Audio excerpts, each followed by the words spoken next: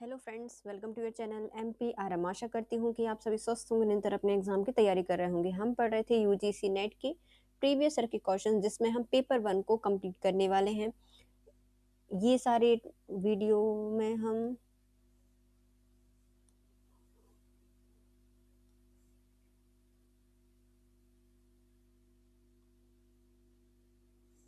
Hello friends, welcome to your channel MPRM। आशा करती हूँ कि आप सभी स्वस्थ होंगे, निरंतर अपने एग्जाम की तैयारी कर रहे होंगे। हम पढ़ रहे थे UGC नेट के प्रीवियस ईयर के क्वेश्चन, जिसमें हम पेपर 1 के यूनिट 6 को कंप्लीट करने वाले हैं, जिसमें हम शोध अभिवृत्ति कंप्लीट करेंगे।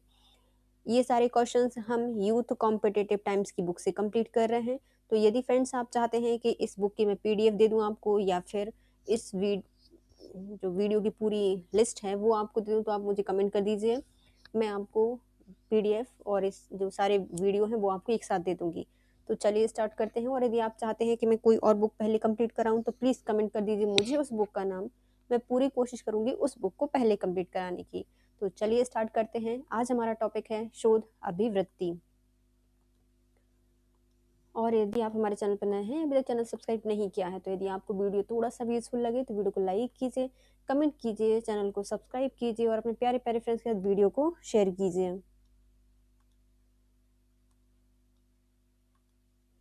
पहला क्वेश्चन है, शोध अर्थ, प्रकार एवं विशेषताओं एवं विधियों से। शोध का अर्थ क्या होता है, कितने प्रकार के हैं, क्या विशेषताएं होती हैं और क्या विधियां होती हैं। पहला क्वेश्चन है, निम्नलिखित में से किस विषय में एक शोध अवधारणा के रूप में अवचेतन प्राथमिक लेप को पहली बार प्रयुक्त किया गया था। तो ये सबसे पहले सामाजिक मनोविज्ञान में प्रयोग की गई थी। तो प्राथमिक लेप को पहली बार अवचेतन में प्रयुक्त किया गया था, शोधन के लिए सामाजिक मनोविज्ञान में किया गया था। अवचेतन प्राथमिक लेप भड़काना तब होता है जब व्यक्ति चेतन अवधारणाओं की दहलीज के नीचे उत्तेजनाओं के संपर्क में आता है। यह प्रक्रिया चेतन के दायरे से बाहर होती है और स्मृति से अलग होती है, जो कि सूचनाओं की प्रत्यक्ष पुनः प्राप्ति पर निर्भर करता है। उदाहरण हेतु, जब कोई व्यक्ति कैंसर शब्द के संपर्क में आता है और फिर सिगरेट पीने के विकल्प की पेशकश करता है, तो हम उम्मीद करते हैं कि इस बात की अधिक संभावना है कि वे पहले के जोखिम के परिणाम स्वरूप धूम्रपान न करने का विकल्प चुनेंगे। यह शोध अवधारणा सर्वप्रथम सार्वजनिक मनोविज्ञान में पहली बार प्रयुक्त की गई थी। मतलब पहले हम उनको कैंसर के जोखिम बता देंगे, फिर उससे बोलेंगे कि आप सिगरेट पीना पसंद करोगे, तो वो क्या करेगा, तो बोलेगा नहीं पीना क्योंकि कैंसर हो जाएगा। तो ये अवधारणा सबसे पहले मनोविज्ञान में प्रयोग की गई थी। नेक्स्ट आते हैं, शोध में निम्नलिखित में से किन का व्यवहारिक महत्व है। तो सबसे ज्यादा किन का महत्व रहता है व्यवहारिक। तो इसमें पहले शोध का विषय देखेंगे, हम शोध का अभिकल्प देखेंगे और शोध की विधियां क्या हैं वो देखा जाएगा। विषय, अभिकल्प और विधियां व्यवहारिक महत्व रखती हैं। अनुसंधान एक सीमित क्षेत्र में किसी समस्या का सर्वगीण विश्लेषण है। अनुसंधान और शोध को अंग्रेजी में रिसर्च कहा जाता है। रिसर्च में री शब्दांश आवृत्ति या गहनता का द्योतक होता है, जबकि सर्च शब्द खोज का समानार्थी होता है। इस प्रकार रिसर्च का अर्थ हुआ पदार्थों की आवृत्तमक और गहन खोज। शोध में शोध विषय, शोध अभिकल्प और शोध विधि का व्यवहारिक महत्व होता है। नेक्स्ट आते हैं, कार्य कारण के संबंध में निम्नलिखित में से कौन सा कथन असत्य है। जो कार्य कारण है इससे संबंधित कौन सा असत्य हो जाएगा। किसी कारण के गुण संयोगिक पूर्ववर्त होते हैं, तो ये क्या हो जाएगा, सही हो जाएगा। किसी भी कारण है उसके गुण क्या होते हैं, संयोगिक पूर्ववर्त होते हैं, पहला सही हो जाएगा। दूसरा, कारण का कारण कारण नहीं है, तो ये क्या हो जाएगा, सही हो जाएगा कि जो कारण का कारण है वो कारण नहीं होता। कारण के सह प्रभाव स्वयं आपस में कार्य कारणों के संबंध में जुड़े होते हैं, ये क्या हो जाएगा, गलत हो जाएगा कि स्वयं प्रभाव स्वयं आपस में, मतलब जो सह प्रभाव होते हैं वो स्वयं आपस के कार्य कारणों के संबंध में जुड़े होते हैं, ये गलत हो जाएगा। अंतरिक्ष जैसे शाश्वत पदार्थ आश्रित पूर्णवर्त नहीं है, तो ये भी क्या हो जाएगा, सही हो जाएगा कि अंतरिक्ष जैसे जो शाश्वत पदार्थ हैं वह आश्रित पूर्ववर्त नहीं है।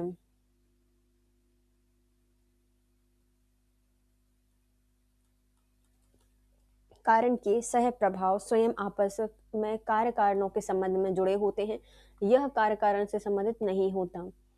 वह शोध जिसमें ज्ञान की उभरती पद्धतियों और क्षेत्रों में सिद्धांतों की प्रायोजकता के अन्वेषण पर जोर होता है उसी क्या कहा जाता है, उसे कहा जाता है द्वितीय स्तरीय शोध। क्या कहा जाता है? द्वितीय स्तरीय शोध कहा जाता है। द्वितीय स्तरीय शोध में ज्ञान की उभरती पद्धतियों और क्षेत्र में सिद्धांतों की प्रयोजकता के अन्वेषण पर बल होता है। यह एक प्रकार से किसी व्याप्त शोध के दायरे को बढ़ाने जैसा होता है। क्या कर रहे हैं? इसमें जो प्रकार है इसके व्याप्त शोध के दायरे को बढ़ा रहे हैं। जब किसी अज्ञात क्षेत्र के संबंध में जानने या सूचना एकत्रित करने के लिए शोध अध्ययन संचालित किया जाता है तो उसे निम्नलिखित में से किस रूप में जाना जाता है? तो इसे कहा जाता है गणवेशनात्मक शोध। इसमें क्या है? किसी भी अज्ञात क्षेत्र के संबंध में जानना, सूचना एकत्रित करना, शोध अध्ययन संचालित करना, इसे कहा जाएगा गणवेशात्मक शोध। जब किसी अज्ञात क्षेत्र के संबंध में जानने और सूचना एकत्रित करने के लिए शोध अध्ययन संचालित किया जाता है तो उसे गवेषणात्मक शोध के रूप में जाना जाता है। गवेषणात्मक शोध एक कार्य प्रणाली दृष्टिकोण है जिसका कार्य उन शोध प्रश्नों की जांच करना होता है जिनका पहले गहराई से अध्ययन नहीं किया गया है। गवेषणात्मक अनुसंधान प्रकृति में गुणात्मक होता है। निम्नलिखित में से कौन से प्रकरण अध्ययन शोध की कौन सी विशेषता होती है? तो कोई भी प्रकरण है उसमें अध्ययन शोध की प्रमुख विशेषताएं होंगी कि वह प्रयोगशाला में अनुरूपित होती है, नहीं होती। तो वो क्या होती है? विशिष्टता परक होती है, वह वर्णात्मक होती है, वह गमनात्मक भी होती है, वह विध्वंसक होती, विध्वंसक नहीं होती। ये तीनों ही क्या हो जाएंगे? इसका सही आंसर हो जाएगा। प्रकरण अध्ययन शोध विशिष्टता परक, वर्णात्मक, आगमनात्मक होती है। यही अध्ययन शोध की विशेषता है। किस दृष्टि से तात्पर्य है? किसी भी विषय स्थिति का भली भांति बारीकी से जांच पड़ताल करना और जानना। दूसरे शब्दों में मनुष्य का संपूर्ण ज्ञान उसकी जिज्ञासा प्रवृत्ति का परिणाम होती है और केस स्टडी किसी ज्ञान अनुभव को पाने का साधन होता है।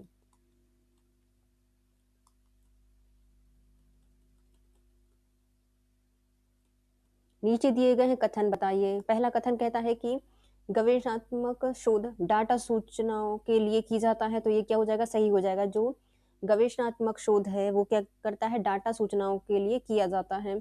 गवेषणात्मक शोध का लक्ष्य कारणता को ढूंढने के लिए अंतिम डेटा एकत्रित करना होता है, तो ये क्या हो जाएगा? गलत हो जाएगा। जो गवेषणात्मक शोध है उसका लक्ष्य कारणता को ढूंढने के लिए अंतिम डाटा एकत्रित करना नहीं होता।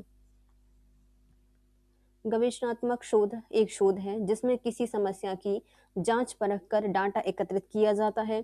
गवेषणात्मक शोध के माध्यम से केवल डेटा एकत्रित किए जाते हैं, ना कि अंतिम डेटा एकत्रित करने होते हैं। जनगणना निम्नलिखित में से किसका एक उदाहरण हो सकता है? जो जनगणना होती है यह एक प्रकार का अनुदैर्ध्य अध्ययन होता है। कैसा होता है? अनुदैर्ध्य अध्ययन है।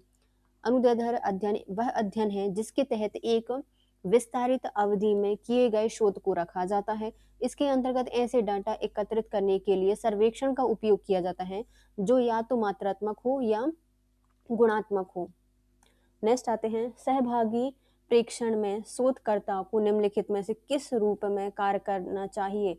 तो सहभागी प्रेक्षण में शोधकर्ता को एक पेशागत अजनबी की तरह काम करना चाहिए। सहभागी प्रेक्षण में शोधकर्ता को पेशागत अजनबी के रूप में कार्य करना चाहिए। सहभागी प्रेक्षण के माध्यम से अध्ययन के दौरान शोधकर्ता से यह आशा की जाती है कि वह अपना अध्ययन मूल निरपेक्ष होकर करे। इसका तात्पर्य है कि वह अपने अध्ययन के दौरान अपने निजी सामाजिक परिवेश के मूल को सामने ना लाए। तो क्या करेगा? ये सामाजिक जो परिवेश है उसके मूल को सामने ना लाए, इसका एक मुख्य कारण होता है या मुख्य योजना यही होती है। निम्नलिखित में से कौन से वैज्ञानिक शोध में सम्मिलित नहीं है? तो वैज्ञानिक शोध में सम्मिलित क्या नहीं होगा? तो अनुभववाद होता है। त्रुटियों को दूर रखना इसके अंतर्गत आती हैं। त्रुटियों को दूर रखेंगे और अनुभववाद को भी हम एक मान देते हैं। व्यक्ति निष्ठता इसमें जो शोध होते हैं उसमें सम्मिलित नहीं की जाती। अनैतिक व्यवहार भी शोध कार्य में प्रयोग नहीं किए जाते। गैर भविष्य सूचक अनुमतियां तो ये भी प्रयोग नहीं की जाती। ये तीनों ही प्रयोग नहीं किए जाएंगे।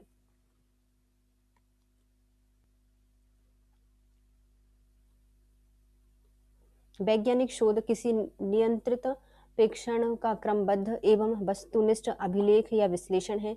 इसमें व्यक्तिनिष्ठता, अनैतिक व्यवहार, गैर भविष्य सूचक अनुमतियां नहीं शामिल होती। अनुवादवाद, अनुभववाद और त्रुटियों को दूर रखना अवश्य शामिल होता है। नीचे दिए गए हैं कथन, इसको हमें बताने हैं कथन, 2 कथन दिए गए हैं। शोध प्रश्न का उद्देश्य ऐसे अध्ययन में अधिक किया जाता है जो कि परिणामों के सांख्यिकी के माध्यम पर केंद्रित नहीं है। तो ये क्या हो जाएगा? सही हो जाएगा। दूसरा, शोध प्रश्न सामान्यतः अन्वेषणात्मक अध्ययन में अधिक महत्वपूर्ण होते हैं। तो ये सही हो जाएगा। जो शोध प्रश्न है उसका उपयोग ऐसे अध्ययन में अधिक किया जाता है जो कि परिणामों में सांख्यिकीय महत्व पर केंद्रित नहीं होते। दोनों ही सही हो जाएंगे। शोध प्रश्न का उपयोग ऐसे अध्ययन में अधिक किया जाता है जो परिणामों के सांख्यिकीय महत्व पर केंद्रित नहीं है। कथन सत्य है। ध्यान मतलब है कि शोध प्रश्न ऐसा प्रश्न होता है जिसका उत्तर देने हेतु एक शोध परियोजना निर्धारित की जाती है। शोध प्रश्न सामान्यतः अन्वेषणात्मक अध्ययनों में अधिक महत्वपूर्ण होते हैं। कथन सत्य है। और शोध प्रश्न सामान्यतः अन्वेषणात्मक प्रकृति के होते हैं जिससे अनुसंधान के समय नए नए तथ्यों का अन्वेषण होता है। शोध का वह प्रकार जिसमें शोधकर्ता किसी परिघटना की जानकारी प्राप्त करता है तथा उसमें नई अंतर्दृष्टि प्राप्त करना चाहता है, उसे क्या कहा जाता है? मतलब वो किसी शोधकर्ता की परिघटना की जानकारी करेगा, उसमें नई अंतर्दृष्टि कोई प्राप्त करेगा, इसे कहा जाएगा अन्वेषी शोध अध्ययन। क्या कहा जाता है इसे? अन्वेषी शोध अध्ययन कहा जाता है। अन्वेषी शोध अध्ययन शोध का वह प्रकार है जिसमें शोधकर्ता किसी परिघटना की जानकारी प्राप्त करता है अथवा इसमें नई अंतर्दृष्टि प्राप्त करना चाहता है। इस प्रकार के अनुसंधान का उद्देश्य अज्ञात तथ्यों की खोज करना, अर्थात वह तथ्यों के बारे में नवीन अंतर्दृष्टि प्राप्त करने से संबंधित है ताकि वास्तविक समस्या का निर्धारण किया जा सके। शोध में मध्य रेंज सिद्धांत किस में कार्य करता है? तो शोध में जो मध्य रेंज सिद्धांत है वो कार्य करती है मुख्यतः सीमित क्षेत्र में। किस में काम करती है? सीमित क्षेत्र में काम करती है। शोध में मध्य रेंज सिद्धांत सीमित क्षेत्र में कार्य करती है। ये नर्सिंग में सिद्धांत और व्यवहार के बीच के अंतर को प्राप्त करते हैं और भव्य सिद्धांतों की तुलना में कम अमूर्त हैं। मध्य श्रेणी के सिद्धांतों को अक्सर अभ्यास सिद्धांतों के रूप में संदर्भित किया जाता है। जब एक ढांचे के रूप में प्रयोग किया जाता है तो मध्य श्रेणी के सिद्धांत भव्य सिद्धांतों की तुलना में अवधारणाओं और उनके बीच संबंधों को एक संकीर्ण दीवार में चित्रित करने में सहायता करते हैं।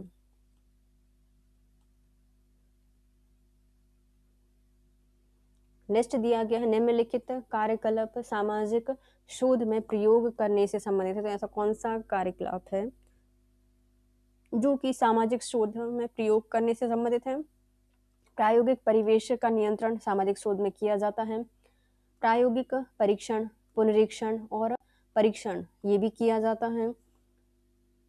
प्रतिभागियों के साथ पुनरानुभूति नहीं की जाती। प्रतिभागियों के अच्छे गुणों की सराहना हम शोध में नहीं करते, जबकि व्यवहार के स्तरों को विनिर्दिष्ट करना किया जाता है। तो प्रायोगिक परिवेश का नियंत्रण करेंगे, प्रायोगिक परीक्षण, पुनरीक्षण और परीक्षण किया जाएगा। व्यवहार के स्तरों को विनिर्दिष्ट करना होता है। सामाजिक शोध नवीन तथ्यों की खोज, पुराने तथ्यों के सत्यापन, उनके क्रमबद्ध पारस्परिक संबंधों, कारणों की व्याख्या एवं उन्हें संचालित करने वाले प्राकृतिक नियमों को क्रमबद्ध रूप से समझना है। शोध के उद्देश्य क्या होते हैं? नवीन तथ्यों का पता लगाना, पुराने तथ्यों का जो प्रामाणिकता है उसकी जांच करना और उसका परीक्षण करना, उपयुक्त सिद्धांत संदर्भ में तथ्यों के क्रमों, अंतर संबंधों और कार्य कारण व्याख्या का विश्लेषण करना होता है। नवीन वैज्ञानिक तंत्रों, जो नवीन वैज्ञानिक यंत्र हैं, अवधारणा है, सिद्धांत है, उनका निर्माण करना होता है। सामाजिक शोध की प्रकृति क्या होती है? तो सामाजिक शोध होते हैं यह सामाजिक संबंधों, घटनाओं, तथ्य और प्रक्रियाओं की व्याख्या करता है। सामाजिक घटनाओं के विषय में नवीन तथ्यों की खोज करता है। सामाजिक समस्याओं की प्रकृति, कारणों का अध्ययन करते हैं।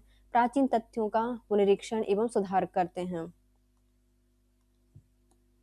सूची 1 को सूची 2 से मिलानी है। शोध के प्रकार दिए गए हैं और उसका विवरण दिया गया है। तो कौन सा शोध है, क्या प्रकार है और क्या उसका विवरण है वो इसमें दिया गया है। जैसे गुणवत्ता परक शोध, यदि हमें किसी की गुणवत्ता करनी है तो हमें क्या करना पड़ेगा, निर्वाचन करते हैं, निर्वाचनात्मक होता है। परिणात्मक शोध, परिणाम देखने हैं तो हम क्या करेंगे, सांख्यिकी देखेंगे, सांख्यिकी विश्लेषण किया जाएगा। त्रिकोणीयता यदि देखनी है तो बहुविधियों पर आधारित निष्कर्षों का अभिस्मरण मतलब अभिसरण किया जाता है।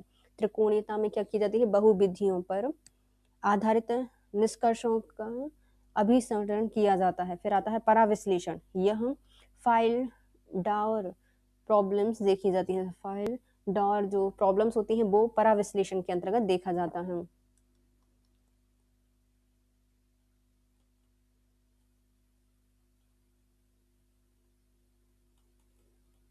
शोध के प्रकार और उसका विवरण। पहले आता है गुणवत्ता परक शोध, ये हमारे निर्वाचनात्मक से संबंधित हैं। परिणात्मक शोध, यह सांख्यिकी विश्लेषण से संबंधित है। त्रिकोणीयता, यह बहुविधियों पर आधारित निष्कर्षों का अभिसरण होता है।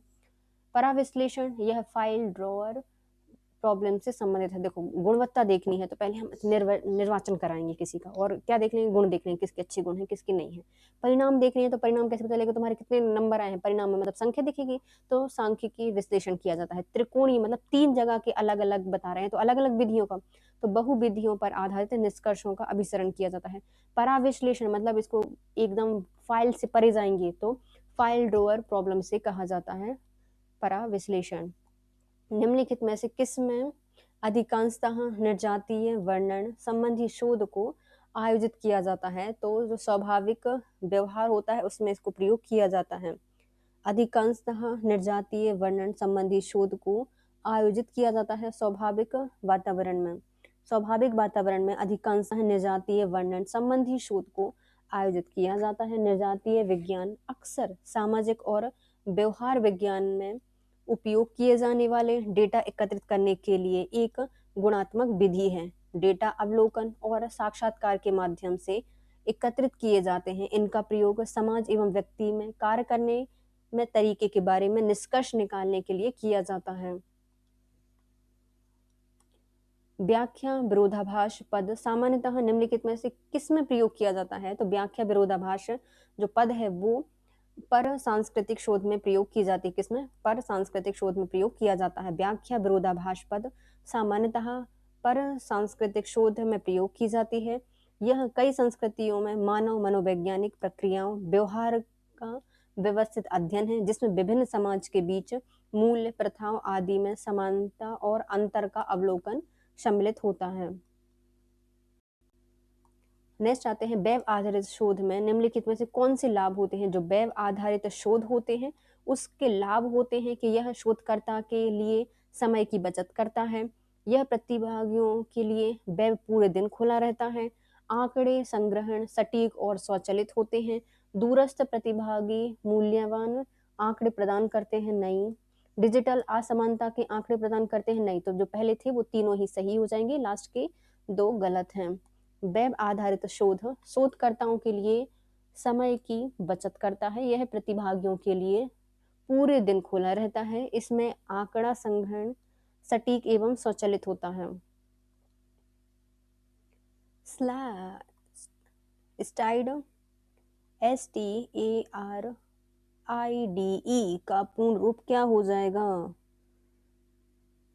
स्टाइड का पूरा नाम है scheme for trans disciplinary research for India's developing economy, ये इसका पूर्ण रूप हो जाएगा।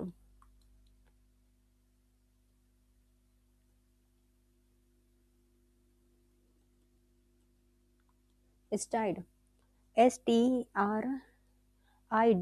का पूर्ण रूप होता है scheme for trans disciplinary research for India's developing economy. विश्वविद्यालय अनुदान आयोग ने देश में अनुसंधान की संस्कृति को बढ़ावा देने हेतु यह पहल की थी। इस योजना का मुख्य उद्देश्य युवाओं में निहित प्रतिभा की पहचान करना, अनुसंधान की संस्कृति एवं नवाचार को बढ़ावा देना है, क्षमता निर्माण करना आदि भारत की विकासशील अर्थव्यवस्था एवं राष्ट्रीय विकास हेतु ट्रांस डिसिप्लिनरी रिसर्च को बढ़ावा देना है।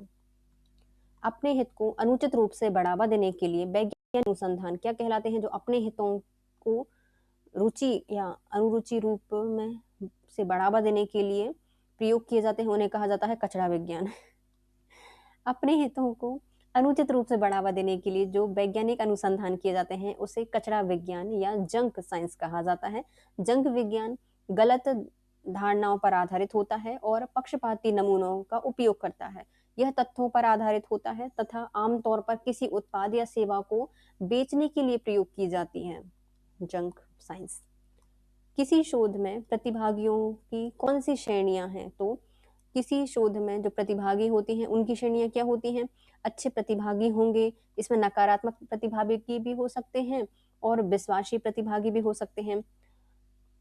आकांक्षा युक्त सहभागी भी होंगे, परंपरागत सहभागी नहीं होते हैं। परंपरागत है वो तो भैया एक बार चले गए आपके। किसी शोध में प्रतिभागों की निम्न श्रेणियां होती हैं: अच्छे प्रतिभागी, विश्वासी प्रतिभागी, नकारात्मक प्रतिभागी और आकांक्षा युक्त सहभागी। नेक्स्ट आते हैं शोध और उनके वर्णन। किस शोध में किस चीज का वर्णन किया जाता है हम वो देखेंगे। इसके आधे ऑप्शन तो इस साइड हैं तो चलो हम इसके आंसर यहीं देख लेते हैं। शोध के प्रकार और उसका वर्णन। प्रकरण केस या केस अध्ययन किसको कहा जाता है? प्रकरण अध्ययन में एकल या कुछ व्यक्तियों का सघन अध्ययन किया जाता है। प्रकरण मतलब सबको पकड़ के बैठा लिया, तो एकल एक को पकड़ लेंगे, कुछ व्यक्तियों का सघन अध्ययन किया जाएगा तो केस अध्ययन कहा जाएगा। प्रेक्षणात्मक शोध। प्रेक्षणात्मक शोध में क्या होता है? हस्तक्षेप के बिना उनकी प्राकृतिक व्यवस्था में व्यवहार का अध्ययन। तो हस्तक्षेप के बिना प्रेक्षणात्मक उनकी मतलब हस्तक्षेप मतलब उनमें ज्यादा वो नहीं कर रहा है, प्रत्यक्ष रूप से नहीं कर रहा है। प्रेक्षात्मक शोध में क्या होता है? हस्तक्षेप के बिना उनकी प्राकृतिक अवस्था में व्यवहारों का अध्ययन किया जाता है। अनुदैर्ध्य शोध में यह अध्ययन जिसमें प्रतिभागियों के एक समूह का काल अवधि में प्रेरणा और मापन किया जाता है। अनुदैर्ध्य शोध में क्या किया जाता है? यह अध्ययन जिसमें प्रतिभागियों के एक समूह का काल अवधि में प्रेरणा और मापन किया जाता है। प्रयोजनात्मक शोध। यह चर सक्रिय रूप से छल योजित किए जाते हैं और पर्यावरण को यथासंभव नियंत्रित किया जाता है। तो प्रयोजनात्मक जो शोध होते हैं क्या होते हैं? चर सक्रिय रूप से छल योजित किए जाते हैं और पर्यावरण को यथासंभव नियंत्रित किया जाता है इसमें। नेक्स्ट आते हैं, नीचे दिए गए हैं कथन। कथन पहला कहता है कि नीचे क्यों नहीं जा रहा हूँ, बहुत नीचे मत जाओ। अनुसंधान में द्विबंध प्रक्रिया अनुसंधानकर्ता की पूर्वग्रही समस्याओं का प्रभावी समाधान होती है। तो ये सही हो जाएगा कि अनुसंधान में द्विबंधन प्रक्रिया अनुसंधानकर्ता की पूर्वग्रही समस्याओं का प्रभावी समाधान होती है। अनुसंधानकर्ता के पूर्वग्रह की समस्या भी सहभागियों के गैर शाब्दिक संकेतन द्वारा सुलझाई जा सकती है। तो ये गलत हो जाएगा कि अनुसंधानकर्ताओं की जो पूर्वग्रह की समस्या है उसको भी सहभागियों के गैर शाब्दिक संकेतन द्वारा सुलझाई जा सकती है। ये गलत हो जाएगा। पहला सही है, दूसरा गलत हो जाएगा। अनुसंधान में द्विबंधन प्रक्रिया अनुसंधानकर्ताओं के पूर्वग्राही समस्याओं का प्रभावी समाधान है। अनुसंधानकर्ता के पूर्वग्रह की समस्या भी सहभागियों के शाब्दिक संकेतों द्वारा सुलझाई जा सकती हैं। ये सही हो जाएगा, है ना। समाज विज्ञान के प्रमुख ग्रांट सिद्धांत निम्नलिखित में से किस स्तर पर कार्य करता है? तो समाज विज्ञान के जो प्रमुख या ग्रांट सिद्धांत है ये काम करता है अमूर्तन का उच्चतर स्तर पर। इसमें अमूर्तन का उच्चतर स्तर पर ये काम करता है। समाज विज्ञान के प्रमुख ग्रांट सिद्धांत शब्द को अमेरिकी समाजशास्त्री राइट मिल्स द्वारा दिया गया था। यह अमूर्तन के उच्चतर स्तर से संबंधित है। इसमें सामाजिक वास्तविकता को समझने, औपचारिक संगठन और अवधारणाओं की व्यवस्था को प्राथमिकता दी जाती है। फिर आते हैं वैज्ञानिक शोध। वैज्ञानिक शोध किसके अंतर्गत रखे जाते हैं? इसमें हम डाटा को संचालित करेंगे, अनुकृतियां देखेंगे, सत्यापनी देखेंगे, लेकिन व्यक्तिनिष्ठता इसके अंतर्गत नहीं देखी जाती। लुडवर्ग के अनुसार समाज विज्ञानियों में यह विश्वास दृढ़ हो गया है कि उनके सामने जो समस्या है उनका समाधान सामाजिक घटनाओं के निरपेक्ष और व्यवस्थित अवलोकन, सत्यापन, वर्गीकरण और विश्लेषण द्वारा ही संभव है। यह दृष्टिकोण को उसके अति ठोस सफल रूप में मोटे तौर पर वैज्ञानिक शोध कहा जाता है। वैज्ञानिक शोध निम्नलिखित होते हैं। इसमें डाटा संचालित किया जाता है, सत्यापनीय किया जाता है और अनुकृतीय किया जाता है। सर्वेक्षण शोध में अवाध प्रश्न के लाभ की पहचान कीजिए। जो सर्वेक्षण शोध है इसमें अवाध प्रश्न के लाभ की पहचान कैसे की जा सकती है? इसमें उत्तरदाता अपने स्वयं के पदों में उत्तर दे सकते हैं, सही हो जाएगा।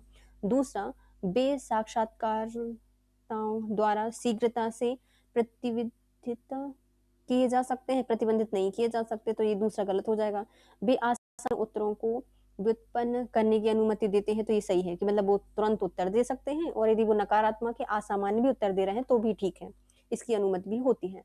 सर्वेक्षण शोध में अबाध प्रश्न के निम्न लाभ होते हैं, जैसे वे असामान्य उत्तरों को व्युत्पन्न करने की अनुमति देते हैं और उत्तरदाता अपने स्वयं के पद में उत्तर दे सकते हैं। निम्नलिखित में से कौन सा अनुदैर्ध्य अनुसंधान का प्रकार नहीं है? तो निम्नलिखित में से जो अनुदैर्ध्य अनुसंधान का प्रकार नहीं है वो हो जाएगा हमारा प्रतिनिध्यात्मक सिद्धांत। प्रतिनिध्यात्मक सिद्धांत अनुदैर्ध्य अध्ययन एक शोध विधि होती है जिसमें एक विशिष्ट समय अंतराल के माध्यम से एक घटना को मापा जाता है। यह अनुक्रमित तरीके से विश्लेषण और निरीक्षण करने के लिए काम करता है। क्या करेगा? विश्लेषण करेगा और निरीक्षण करने के लिए काम करेगा। नेक्स्ट दिए गए हैं कथन बताने हैं। पहला कथन कहता है कि किसी परीक्षण का पी मान प्रतिदर्श के आकार पर निर्भर करता है। तो पहला क्या हो जाएगा? सही हो जाएगा। जो पी मान है वह प्रतिदर्श के आकार पर निर्भर करेगा।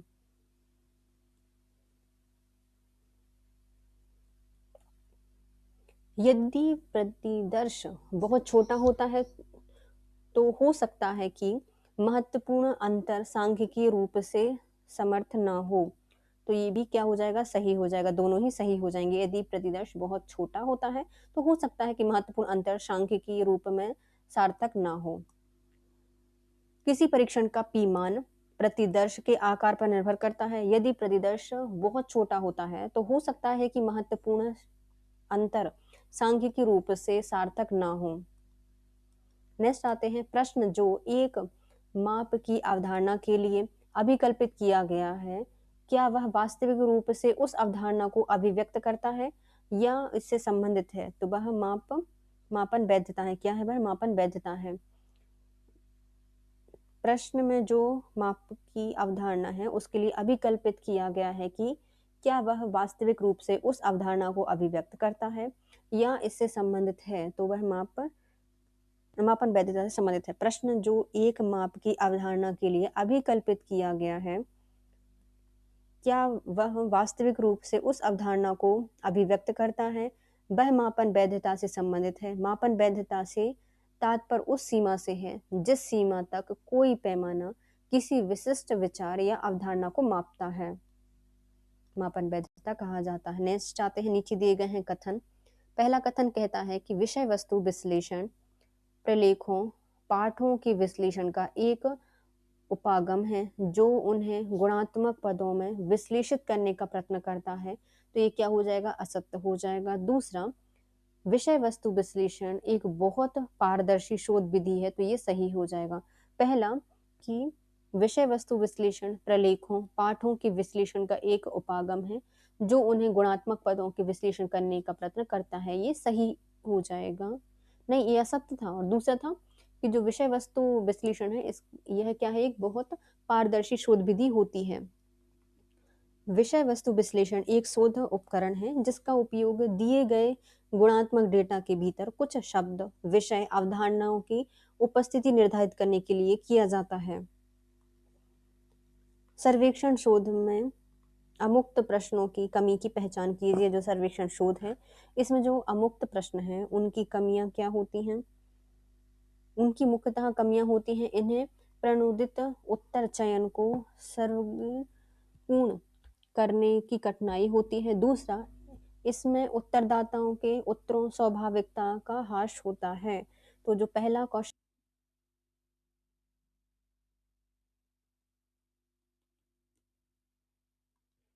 निम्नलिखित कमियां सर्वेक्षण शोध में अमुक्त प्रश्न से संबंधित हैं। इसमें उत्तरदाताओं के उत्तरों में स्वाभाविकता का ह्रास होता है। इनमें प्रणोदित उत्तर चयन को सर्वांगपूर्ण बनाने में कठिनाई होती है, तो ये भी क्या हो जाएंगे, इसके सही हो जाएंगे। नेक्स्ट आते हैं, निम्नलिखित में कौन सा सर्वेक्षण शोध में मुक्त प्रश्नों का लाभ नहीं होता। दो सर्वेक्षण शोध के अंतर्गत जो मुक्त प्रश्न होते हैं इसका कौन सा लाभ नहीं होगा, है ना।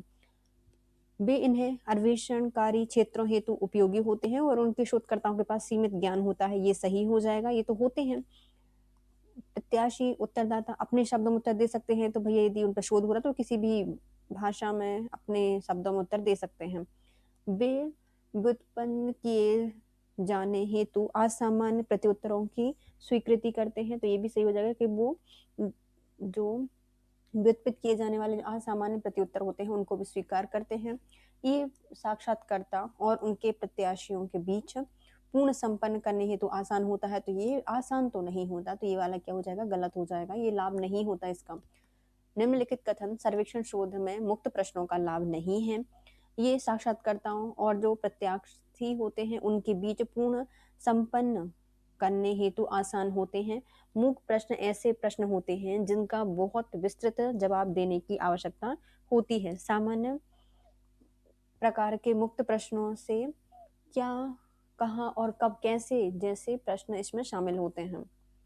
नेक्स्ट आते हैं, संप्रेषण में संबंधित शक्तियों के प्रकार को क्रम बताइए। जो संप्रेषण से संबंधित शक्तियां हैं उनके प्रकार क्या क्या हो जाएंगे, तो पहली होती है, सबसे पहले हो जाएगी उनकी विधि संगत होना चाहिए। दूसरा प्रसंग होना चाहिए। तीसरा पुरस्कार इनको मिलने चाहिए। तीसरे नंबर क्या हो जाएगा, पुरस्कार मिलना चाहिए। चौथे पर वह ग्रह ही होने चाहिए।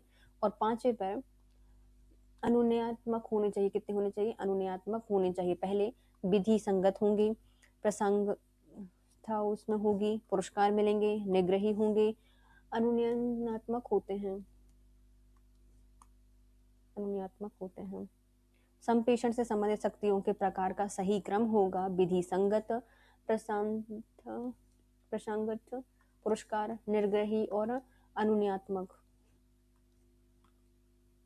प्रसंगार्थ, जब अनुसंधानकर्ता का लिंग अध्ययन के प्रतिभागी के व्यवहार को प्रभावित करता है तो इसे कहा जाता है जैव सामाजिक प्रभाव। क्या कहा जाता है इसे, जैव सामाजिक प्रभाव कहा जाता है। जब अनुसंधानकर्ता का लिंग अध्ययन के प्रतिभागी के व्यवहार को प्रभावित करता है तो इसे जैव सामाजिक प्रभाव कहा जाता है। क्या कहा जाएगा इसको, जैव सामाजिक प्रभाव कहा जाएगा। अनुसंधानकर्ता का कौन सा पहलू किसी अध्ययन के प्रतिभागियों पर मनोसामाजिक प्रभाव डाल सकता है, तो ये मनोसामाजिक प्रभाव डालता है अभिव्यक्ति पर। तो अनुसंधानकर्ताओं का कौन सा पहलू है किसी अध्ययन के प्रतिभागियों पर मनोसामाजिक प्रभाव डालेगा, तो ये डालता है अभिव्यक्ति पर।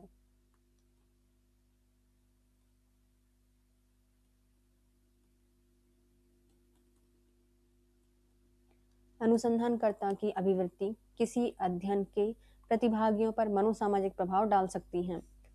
चरों में किसी भी प्रकार के हेर फेर के बिना प्राकृतिक वातावरण में मानवों गैर मानवों के व्यवहार का अध्ययन क्या कहलाता है, तो इसे कहा जाता है प्रेक्षणात्मक अनुसंधान। क्या कहा जाता है इसे, प्रेक्षणात्मक अनुसंधान कहा जाता है। हेर फेर किए बिना प्राकृतिक वातावरण में मानव और गैर मानव के व्यवहार का अध्ययन करना प्रेक्षणात्मक व्यवहार या अनुसंधान कहलाते हैं। चरों में किसी भी प्रकार के हेर फेर किए के बिना जो प्राकृतिक वातावरण होते हैं उसमें मानवों गैर मानवों के व्यवहार का अध्ययन प्रेक्षणात्मक अनुसंधान कहलाता है। एक शोध प्रश्न का उत्तर देने के लिए एक अवलोकन संबंधी अध्ययन का उपयोग किया जाता है जो पूरी तरह से इस पर आधारित होता है कि शोधकर्ता क्या देखता है। अनुसंधान विषयों में कोई हस्तक्षेप या हेरफेर नहीं होता और कोई नियंत्रण या उपचार समूह भी नहीं होता। अनुभाविक अध्ययनों के लिए पोस्टर प्रस्तुति में क्या हो सकते हैं, तो अनुभाविक अध्ययनों के लिए जो पोस्टर प्रस्तुति होती है ये मुख्यतः अमूर्त होती है। विधियां होंगी, इसमें डेटा होते हैं, परिणाम होते हैं और निष्कर्ष होता है। सभी होते हैं पोस्टर प्रस्तुति में, ये सभी होते हैं। अनुभाविक अध्ययन वह अध्ययन होता है जो घटना के अवलोकन और मापन पर आधारित होता है, जैसे कि शोधकर्ता द्वारा सीधे अनुभव किया जाता है। इस प्रकार एकत्रित किए गए डेटा की तुलना किसी सिद्धांत या परिकल्पना से की जा सकती है, लेकिन परिणाम अभी भी वास्तविक जीवन के अनुभव पर आधारित होते हैं। एक पोस्टर प्रस्तुति आपके शोध और किसी विषय के बारे में आपकी समझ को संक्षिप्त एवं आकर्षक प्रारूप में संप्रेषित करने का एक तरीका है। अनुभाविक अध्ययन के लिए पोस्टर प्रस्तुति निम्न तरीके से हो सकती है। इसमें अमूर्त होंगे, डेटा होंगे, निष्कर्ष होगा, विधि होंगे और परिणाम होते हैं। क्या होंगे? अमूर्त होंगे, विधि होगी, डेटा होंगे, परिणाम होंगे और निष्कर्ष होते हैं। जब प्रतिभागी किसी अध्ययन से बीच में ही बाहर हो जाते हैं, इससे प्रतिदर्श के प्रारूप में परिवर्तन हो जाता है, तो इसके आंतरिक वैधता को निम्नलिखित में से कौन सा खतरा हो सकता है? तो इसमें हो सकता है क्षयण संबंधी खतरा। क्या हो सकता है? क्षयण संबंधी खतरा हो सकता है। जब प्रतिभागी किसी अध्ययन में बीच से ही बाहर हो जाता है, तो इससे प्रतिदर्श के रूप में परिवर्तन हो सकता है। इससे आंतरिक वैधता को क्षयण संबंधी खतरा हो सकता है। एटिशंस पूर्वाग्रह आंतरिक वैधता के लिए खतरा है। प्रयोगों में, उपचार में नियंत्रण समूह के बीच में क्षरण की भिन्न दरें परिणामों को खराब कर सकती हैं। तो प्रयोगों में, उपचार में नियंत्रण समूह के बीच में जो बीच क्षरण होता है, ये क्या कर सकता है? जो भिन्न दरें होती हैं उनके परिणामों को खराब कर सकता है।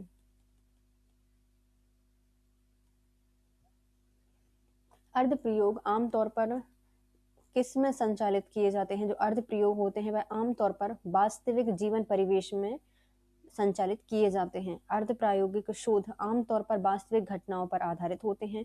अर्ध प्रायोगिक शोध ऐसा अध्ययन होता है जिसका उद्देश्य हस्तक्षेपों का मूल्यांकन करना, लेकिन यादृच्छिककरण का प्रयोग नहीं करता।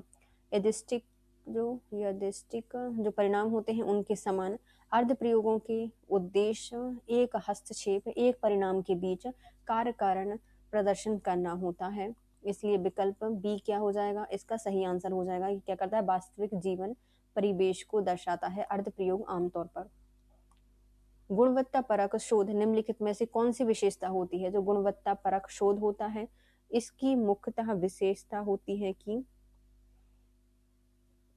ये एक आख्यान होते हैं, यह व्याख्यात्मक भी होते हैं और यह अर्थ की सांस्कृतिक संरचना पर ध्यान केंद्रित करता है। तो क्या कहता है? जो गुणवत्ता परक शोध होता है यह आख्यान करता है, व्याख्यात्मक होता है और यह अर्थ की सांस्कृतिक संरचना पर भी ध्यान केंद्रित करता है।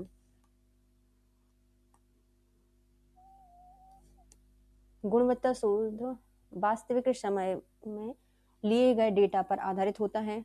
गुणात्मक शोध करने वाले शोधकर्ता आमतौर पर एक डेटा का स्रोत पर भरोसा करने के बजाय साक्षात्कार, अवलोकन, दस्तावेज जैसे डेटा के कई रूपों को इकट्ठा करते हैं तथा इसके आधार पर आंकड़ों का निर्वचन और व्याख्या करते हैं। गुणात्मक अनुसंधान की प्रमुख विशेषताएं इस प्रकार हैं। यह आख्यान व्याख्यात्मक होते हैं, यह अर्थ की सांस्कृतिक संरचना पर ध्यान केंद्रित करता है।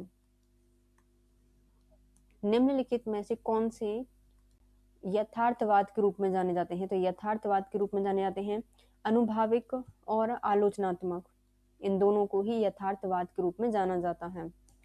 अनुभवजन अनुसंधान यथार्थवाद का रूप है, तो अनुभवजन अनुसंधान किसका है? यथार्थवाद का रूप होता है। अब अनुभवजन अनुसंधान को किसी भी ऐसे शोध के रूप में परिभाषित किया जाता है जहां अध्ययन के निष्कर्ष ठोस अनुभवजन साक्ष्य पर आधारित हो।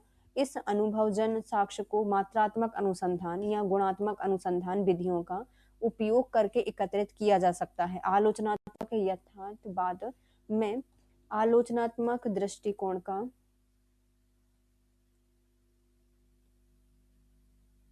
महत्व अधिक होता है। घटक विसंगतियों का निषेधात्मक और व्यंग्यात्मक दृष्टिकोण प्रेरणादायक जीवन मूल आलोचनात्मक यथार्थवाद के तत्व हैं। इसलिए विकल्प ए प्रश्न का सही उत्तर हो जाएगा। दत्त वह गुण जिसमें अनुसंधान परिणाम किसी एक अनुसंधान वातावरण में अवलोकित व्यक्ति एवं मदों के विशिष्ट प्रतिदर्श से भिन्न स्थितियों पर लागू होते हैं, तो उसे क्या कहा जाता है? इसे कहा जाता है बाह्य वैधता। जब दत्त का वह गुण जिसमें अनुसंधान परिणाम किसी एक अनुसंधान वातावरण में अवलोकित व्यक्ति या मदों के विशिष्ट परिदृश्य से भिन्न स्थितियों पर लागू हो जाए तो इसे बाह्य वैधता कहा जाएगा। दत्त वह गुण होता है जिसमें अनुसंधान परिणाम किसी एक अनुसंधान वातावरण में अवलोकित व्यक्ति या मदों के विशिष्ट परिदृश्य से भिन्न स्थितियों पर लागू होते हैं तो इसे बाह्य वैधता कहा जाता है। बाह्य वैधता वह सीमा होती है जिससे आप किसी अध्ययन के निष्कर्षों को अन्य सामग्री, लोगों और सेटिंग्स और उपायों के लिए सामान्यीकृत कर सकते हैं। शोध कार्य में शोध से संबंधित प्रतिभागियों को प्रतिभागिता के स्वरूप, प्रकृति, शोध और इसके जोखिम से अवगत कराने की अपेक्षा होती है। इसे क्या कहा जाता है? इसे कहा जाता है संसूचित स्वीकृति। क्या कहा जाता है? संसूचित स्वीकृति कहा जाता है, जिसमें प्रतिभागियों को उनके प्रतिभा के स्वरूप, प्रकृति, शोध और इसके जोखिम से अवगत कराया जाता है। संसूचित स्वीकृति ने कहा जाता है। शोध कार्य में शोध से संबंधित प्रतिभागियों को प्रतिभागिता के स्वरूप, प्रकृति, शोध इसके जोखिम से अवगत कराने की अपेक्षा होती है। इसे संसूचित सहमति कहा जाता है। संसूचित सहमति अनुसंधान नैतिकता के संस्थापक सिद्धांतों में से एक है। इसका इरादा यह है कि मानव प्रतिभागी स्वतंत्र रूप से, स्वेच्छा से, पूरी जानकारी के साथ अनुसंधान में प्रवेश कर सके कि इसके लिए भाग लेने का क्या मतलब है और वे अनुसंधान में प्रवेश करने से पहले सहमति देते हैं। फिर आता है निम्नलिखित शोध संगठनों को सही अनुक्रम में व्यवस्थित कीजिए। जो शोध संगठक हैं उनका सही क्रम क्या होगा? तो जब भी शोध किया जाता है तो मुख्यतः पहले शोध प्रश्न और उद्देश्य का निरूपण किया जाएगा कि हम क्यों इसको शोध को कर रहे हैं, तो उसका उद्देश्य का निरूपण किया जाएगा। उसके बाद जो शोध योजनाएं हैं उनको तैयार किया जाता है। क्या किया जाएगा? शोध की जो योजना है, कौन सी किस योजना से हमें शोध करने हैं, उस योजना को तैयार किया जाएगा। उसके बाद ऐसे आंकड़े वगैरह होते हैं, डाटा होता है, उसको क्या किया जाएगा? एकत्रित किया जाएगा। तो आंकड़े को एकत्रित किया जाएगा। उसके बाद आंकड़ों का विश्लेषण किया जाएगा 4th नंबर पर, और फिर उसका क्या किया जाता है? 5वें पर निष्कर्ष निकाला जाता है ना। तो पहले क्या किया जाएगा? शोध योजना पहले हम शोध का जो प्रश्न है, उद्देश्य है, उसका निरूपण करेंगे। फिर शोध योजना तैयार करेंगे, आंकड़े एकत्रित करेंगे, आंकड़ों का विश्लेषण किया जाएगा और फिर निष्कर्ष निकालते हैं। शोध प्रक्रिया वैज्ञानिक चरणों की एक श्रृंखला है जिसका पालन शोध करने के लिए किया जाता है। शोध प्रक्रिया समस्या से शुरू होती है और फिर एक क्रमिक रूप से निम्नलिखित चरण तक चली जाती है। डेविड नेचमियास ने अपनी पुस्तक रिसर्च डिजाइन इन सोशल स्टडीज में शोध संगठन प्रक्रिया में सम्मिलित चरणों का अनुक्रम पर चर्चा की है।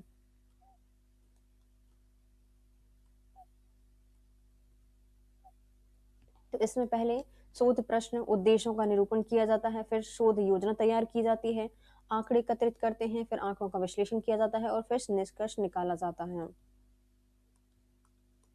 नेक्स्ट आते हैं सह संबंधीय शोध में निर्भर चर किस रूप से जाने जाते हैं? तो सह संबंधीय शोध में निर्भर जो चर होते हैं वो जाने जाते हैं कसौटी चर से। किसके नाम से जाने जाते हैं? कसौटी चर के नाम से जाने जाते हैं। क्राइटेरियन वेरिएबल्स कहा जाता है इन्हें। सह संबंधीय शोध पर निर्भर चर को कसौटी चर के रूप में जाना जाता है। सह संबंध अनुसंधान एक प्रकार का गैर प्रयोगात्मक अनुसंधान है जिसमें शोधकर्ता दो चर को मापता है और बाहरी चर को नियंत्रित करने के लिए बहुत कम या कोई प्रयास किए बिना उनके बीच सांख्यिकीय संबंध का आकलन करता है।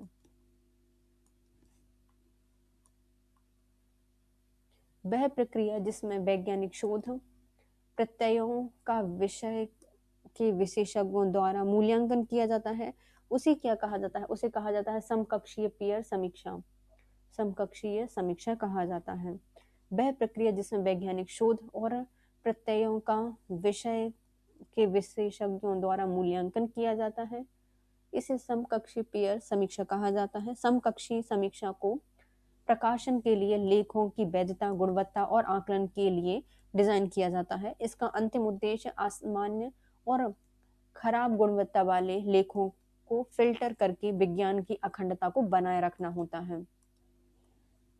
नेक्स्ट आते हैं सामाजिक विज्ञान शोध के सिद्धांतों का प्रयोग महत्वपूर्ण है क्योंकि यह प्रदान करता है, यह शोध का औचित्य बताता है। सामाजिक विज्ञान शोध में महत्वपूर्ण आ जाएगा शोध का औचित्य।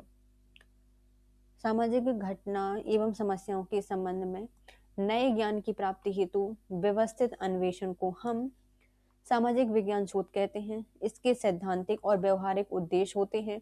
शोध की संपूर्ण प्रक्रिया विविध चरणों से गुजरती हुई पूर्ण होती है। प्राकृतिक एवं जीव विज्ञान की तरह सामाजिक शोध भी वैज्ञानिक होता है क्योंकि इसमें वैज्ञानिक विधियों की सहायता से निष्कर्ष पर पहुंचा जाता है। सामाजिक विज्ञान शोध में सिद्धांतों का प्रयोग महत्वपूर्ण होता है क्योंकि यह शोध का औचित्य प्रदान करता है। नेक्स्ट आते हैं कथन बताने हैं। 2 कथन दिए गए हैं। पहले आता है मात्रात्मक परख। जो मात्रा परख शोध होते हैं इनमें वर्णात्मक और अनुमानिक सांख्यिकी को प्रयुक्त किया जाता है। तो पहला क्या हो जाएगा, सही हो जाएगा कि जो मात्रा परक शोध होते हैं इसमें वर्णात्मक और अनुमानिक सांख्यिकी को प्रयुक्त किया जाता है। दूसरा, गुणवत्ता परक शोध में जांच के कार्य क्षेत्र में व्यापक विषयक सरोकार सम्मिलित होता है। तो ये भी क्या हो जाएगा, सही हो जाएगा कि गुणवत्ता परक जो शोध होते हैं इसमें जांच के कार्य क्षेत्र में व्यापक विषयक सरोकार सम्मिलित होते हैं।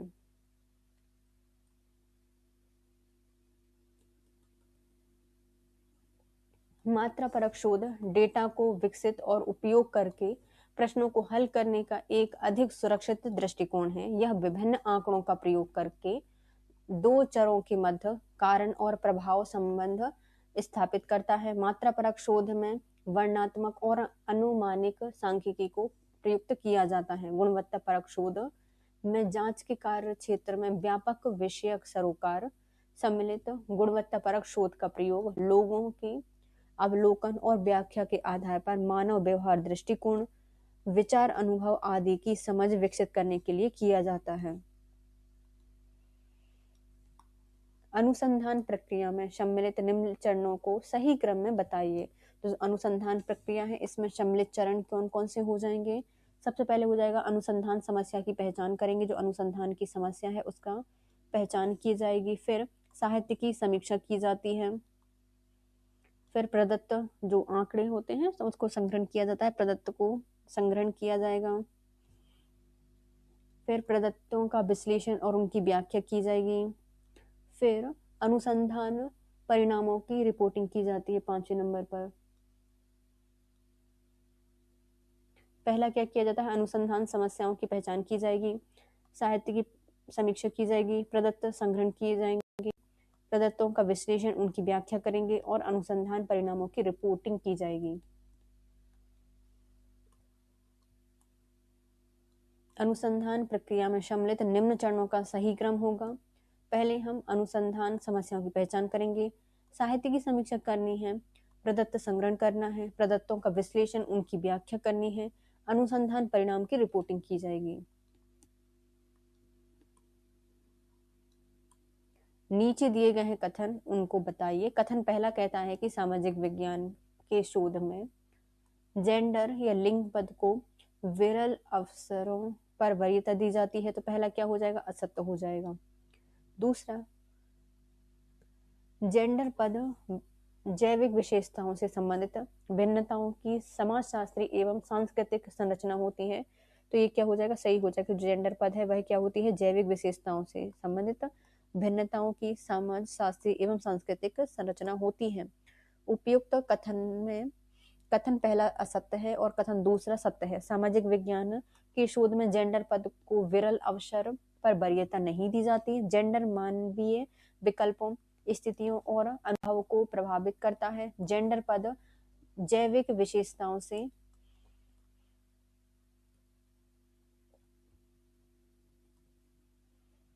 संबंधित भिन्नताओं की समाजशास्त्री एवं सांस्कृतिक रचना है।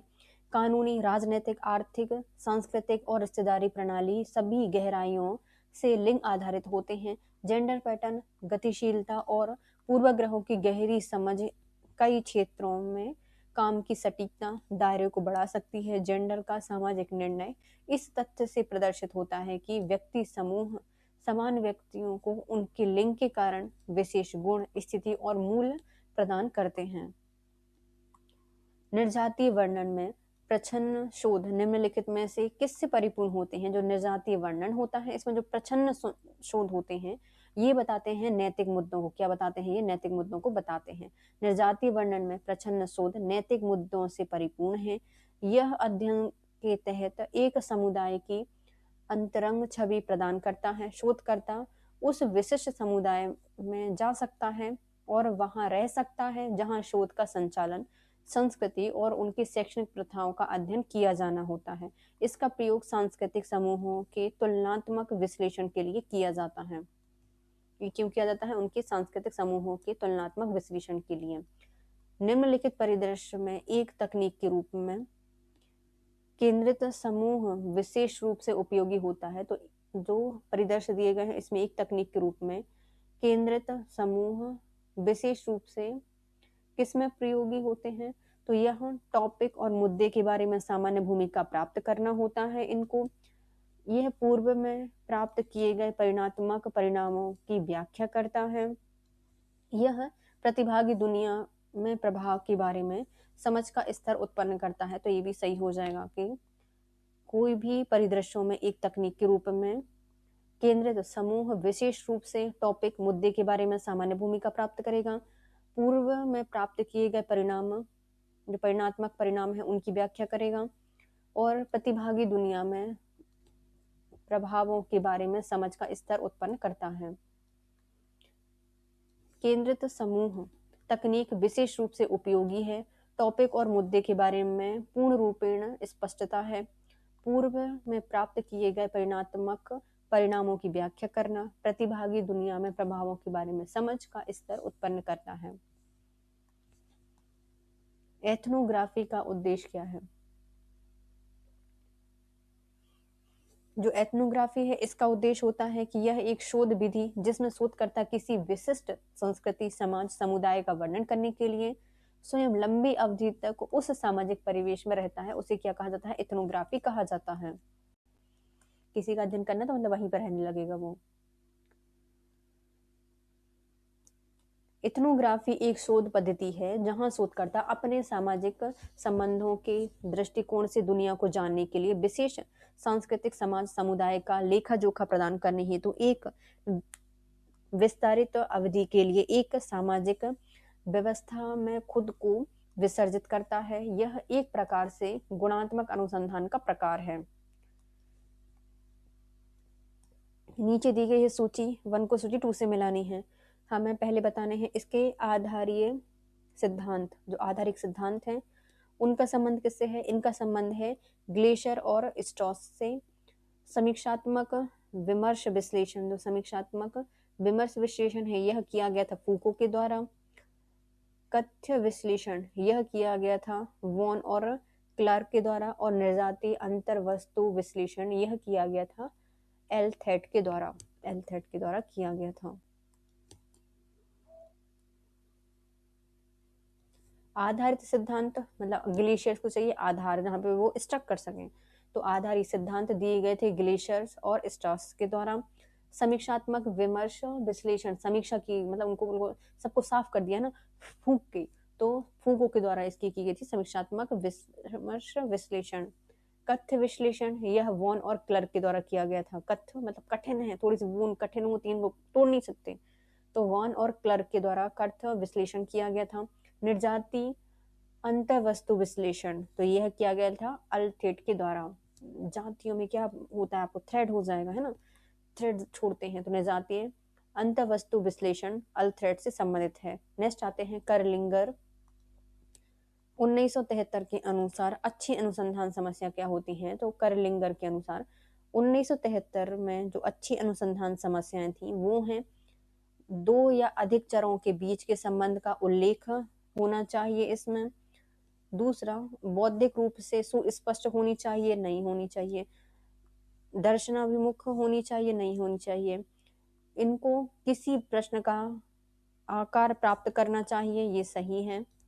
और इनको अनुभाविक परीक्षण के प्रति अवश्य परीक्षणीय होना चाहिए, तो ये भी सही हो जाएगा। करलिंगर के अनुसार एक समस्या एक अंततः नकारात्मक वाक्य या कथन है जो कि पूछता है कि दो या दो से अधिक चरों के बीच क्या संबंध है, और अनुसंधान व्यवस्थित, नियंत्रित, अनुभवजन और महत्वपूर्ण जांच है। इस प्रकार करलिंगर 1973 के अनुसार अच्छी शोध समस्या होनी चाहिए। दो या दो से अधिक चरों के बीच संबंध का वर्णन करना एक प्रश्न के रूप में है, अभिजन अनुभवजन परीक्षण के लिए उत्तरदायी होता है। अनुभवजन परीक्षण के लिए उत्तरदायी होता है। नेक्स्ट आते हैं संरचित साक्षात्कार के लाभ क्या होते हैं। जो संरक्षित साक्षात्कार है इसके लाभ हैं, यह प्रश्नों को मानकीकृत कर देता है, यह काफी हद तक सटीकता संभव होती है। जो संरचित साक्षात्कार होता है यह प्रश्नों को क्या करता है, मानकीकृत करता है, काफी हद तक सटीक संभावना देता है। और यह जो दत्त प्रक्रम है वह सरल होते हैं। इसके जो दत्त प्रक्रम होते हैं वो क्या होते हैं, सरल होते हैं। ये ही बस सही हो जाएंगे। संरचित साक्षात्कार के अंतर्गत एक निश्चित पद क्रमानुसार सर्वेक्षण और साक्षात्कार हेतु आंकड़ों को एकत्रित किया जाता है। इसका उद्देश्य सभी के लिए समान प्रश्न बनाना पूछना होता है। संरचित साक्षात्कार के लाभ निम्न होते हैं। प्रश्नों को यह मानकीकृत कर देता है, काफी हद तक सटीकता प्रदान करता है, प्रदत्त प्रक्रमण सरल होते हैं और उच्च प्रतिक्रिया स्तर होता है। नेक्स्ट आते हैं सूची 1 को सूची 2 से मिलाइए। संकल्पना और उसका विवरण बताइए। क्या संकल्पना है और उसका क्या विवरण है। समकृतिकर्ता, समकृतिकर्ता बताती है उसकी रचना की समानता। समकृतिकर्ता क्या बताती है, संरचना की समानता बताती है। त्रिभुजन, इसका संबंध है गुणात्मक और परिणात्मक दोनों पद्धतियों का प्रयोग करता है। तो त्रिभुजन क्या करता है, गुणात्मक परिणात्मक दोनों ही पद्धति होती है उसका वर्णन करता है। कृपणता का सिद्धांत जो है, कृपणता का सिद्धांत है, यह आधार वाक्यों की सरलतम पद्धति सर्वाधिक वरीयता देता है। तो ये जो आधार वाक्य हैं उनकी सरलतम पद्धति सर्वाधिक वरीयता देता है। और प्राचल, इसका संबंध है जनसंख्या के गुण को दिखाता है। तो प्रचल क्या बताता है, जनसंख्या का गुण बताता है। संकल्पना और उसका विवरण। समाकृतिकर्ता संरचना की समानता बताता है। त्रिभुजन, यह गुणात्मक परिणात्मक दोनों पद्धतियों का प्रयोग करता है। कृपणता का सिद्धांत, यह जो आधार वाक्य है उनकी सरलतम पद्धति सर्वाधिक वरीयता देता है। प्रचल, यह जनसंख्या का गुण होता है। प्रचल क्या होता है, जनसंख्या, मतलब चलती है जनता। कृपणता मतलब इतनी कृपा हो गई कि सरल हो गए, तो सरलतम पद्धति सर्वाधिक वरीयता दी जाती है इसमें आधार वाक्य की। त्रिभुजन 3 है, मतलब इसमें क्या हो जाएगा, गुणा किया जाएगा, परिणात्मक दोनों पद्धति प्रयोग की जाएंगी। समकृतिकर्ता मतलब जो संरचना है उसकी समानता पर आधारित होता है। नेक्स्ट आते हैं वैज्ञानिक शोध के पास किसी परिघटना के कारण बताने का अंतिम लक्ष्य किसके माध्यम से होता है। तो वैज्ञानिक शोध के पास किसी परिघटना के कारण बताने का अंतिम लक्ष्य किसके माध्यम से होता है, तो ये होता है सामान्यीकरण के नियम पर। किसके नियम पर होता है, सामान्यीकरण का नियम बताता है।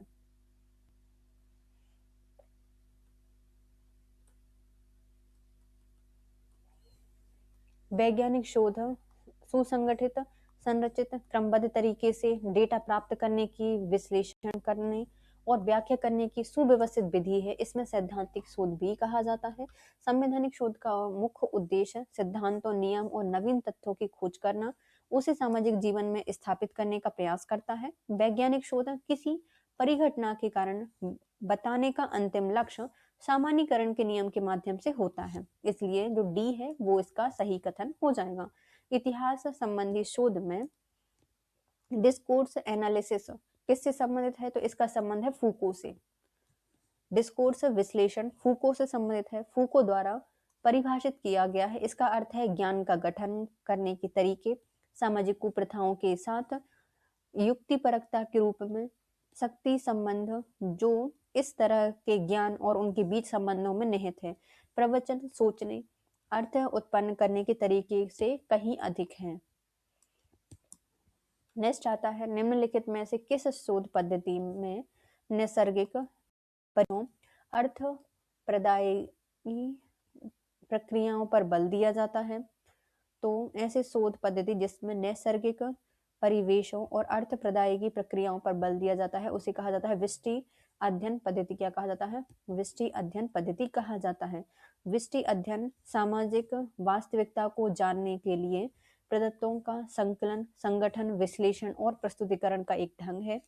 अध्ययन के क्षेत्र में सीमित होने के कारण इस प्रकार के अनुसंधान में सूक्ष्मता, गहराई से संबंधित इकाई के व्यवहार, प्रतिमान और इससे प्रभावित होने या करने वाले कारकों का विस्तृत गुणात्मक अध्ययन करना संभव होता है।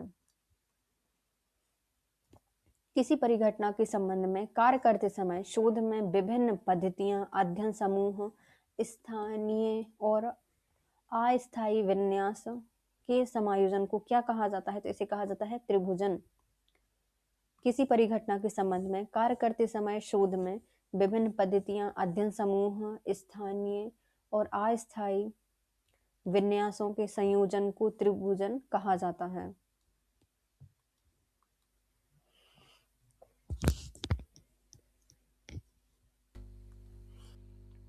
सर्वेक्षण शोध निम्नलिखित में से किस पर आधारित होता है? जो सर्वेक्षण शोध है यह आधारित होता है प्रत्यक्षवाद पर। सर्वेक्षण अनुसंधान को व्यक्तियों के एक नमूने से प्रश्नों के उत्तर के माध्यम से जानकारी का संग्रह के रूप में परिभाषित किया जाता है। चेक एंड स्कूट 2012 सर्वेक्षण शोध प्रत्यक्षवाद पर आधारित होता है। प्रत्यक्षवाद एक सिद्धांत है जो बताता है कि सभी प्रामाणिक ज्ञान को वैज्ञानिक विधि जैसे कि अवलोकन, प्रयोग और तार्किक प्रमाणों के माध्यम से सत्यापित किया जा सकता है।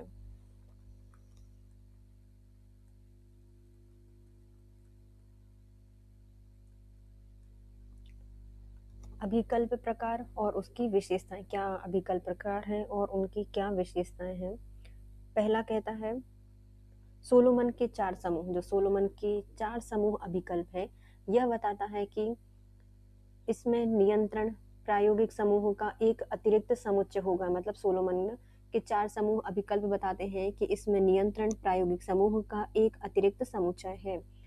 परीक्षणों उपरांत केवल नियंत्रण समूह अभिकल्प क्या बताता है? तो परीक्षण उपरांत केवल नियंत्रण समूह अभिकल्प बताता है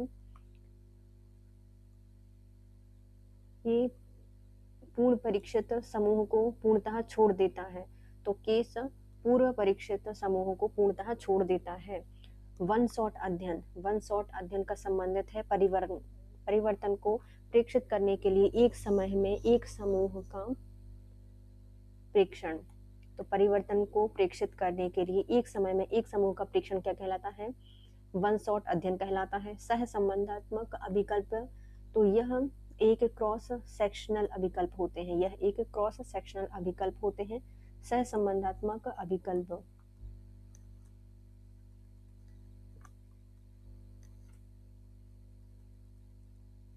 सोलोमन के 4 समूह अभिकल्प बताते हैं। इसके नियंत्रण प्रायोगिक समूह का एक अतिरिक्त समुच्चय है।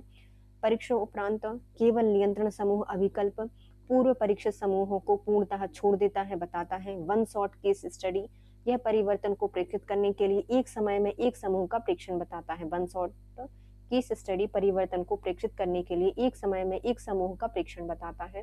सहसंबंधात्मक अभिकल्प यह एक क्रॉस सेक्शनल अभिकल्प होता है। सहसंबंधात्मक अभिकल्प एक क्रॉस सेक्शनल अभिकल्प है। नेक्स्ट आते हैं सूची 1 को सूची 2 से मिलाइए। इसमें मौलिक अनुसंधान और उनकी जो मिलन है हमें वो बताना है, क्या लक्ष्य है वो बताना है। अनुसंधान और उनके लक्ष्य क्या है। मौलिक अनुसंधान क्या करता है? जो मौलिक अनुसंधान है यह क्षेत्र विशेष में ज्ञान कोश का संवर्धन करता है। मतलब तुम्हारा मौलिक कर्तव्य क्या है? ज्ञान प्राप्त करना।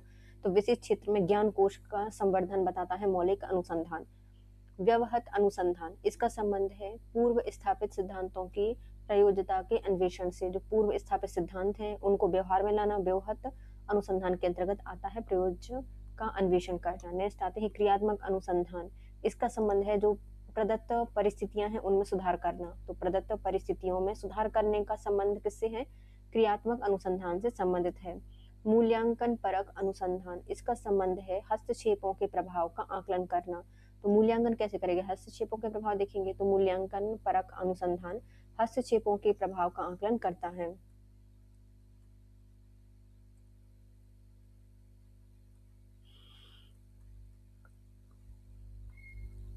शोध के प्रकार और शोध के लक्ष्य।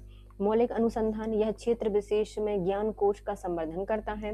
व्यवहत अनुसंधान, यह पूर्व स्थापित जो सिद्धांत है उनका प्रायोज्यता का अन्वेषण करता है। क्रियात्मक अनुसंधान, प्रदत्त परिस्थितियों में सुधार लाना इनका काम होता है। फिर आते हैं मूल्यांकन परक अनुसंधान, यह हस्तक्षेपों के प्रभाव का आकलन करता है। मूल्यांकन परक अनुसंधान क्या करता है? हस्तक्षेपों के प्रभाव का आकलन करता है। नेक्स्ट दिए गए हैं सूची 1 को सूची 2 से मिलानी है। इसमें गुणात्मक शोध परिदृश्य क्या दर्शाती है? हमें सूची 1 को 2 से मिलानी है। पहले आते हैं निर्जातीय वर्णन। जो निर्जातीय वर्णन है यह लोगों के उस समूह, मतलब कुछ लोगों का समूह होगा, इनका वर्णन करेंगे। निर्जातीय वर्णन में क्या किया जाता है? लोगों के उस समूह की क्या संस्कृति है ये इसका अध्ययन करती है। सहानुभूति, सहानुभूति उनका स्वभाव देखिएगा तो उनके जो उस घटना में उनका अनुभव है, उस घटना का मेरा अनुभव क्या है वो बताता है सहानुभूति। नेक्स्ट आती है घटना क्रिया विज्ञान। घटना क्रिया विज्ञान का संबंध है उन लोगों के लिए उस घटना की क्या संरचना तथा क्या सार है वो घटना क्रिया विज्ञान बताता है। और प्रतिक्रियात्मक अन्योक्ति क्रियावाद का संबंध है कौन से प्रतीक एवं समाज के सामान्य सेट जो लोगों की अन्योन क्रिया को अर्थ देने के लिए उभर रहे हैं उनको बताता है, प्रतिक्रिया दे रहा है ना। प्रतिक्रियात्मक अन्योक्ति क्रियावाद।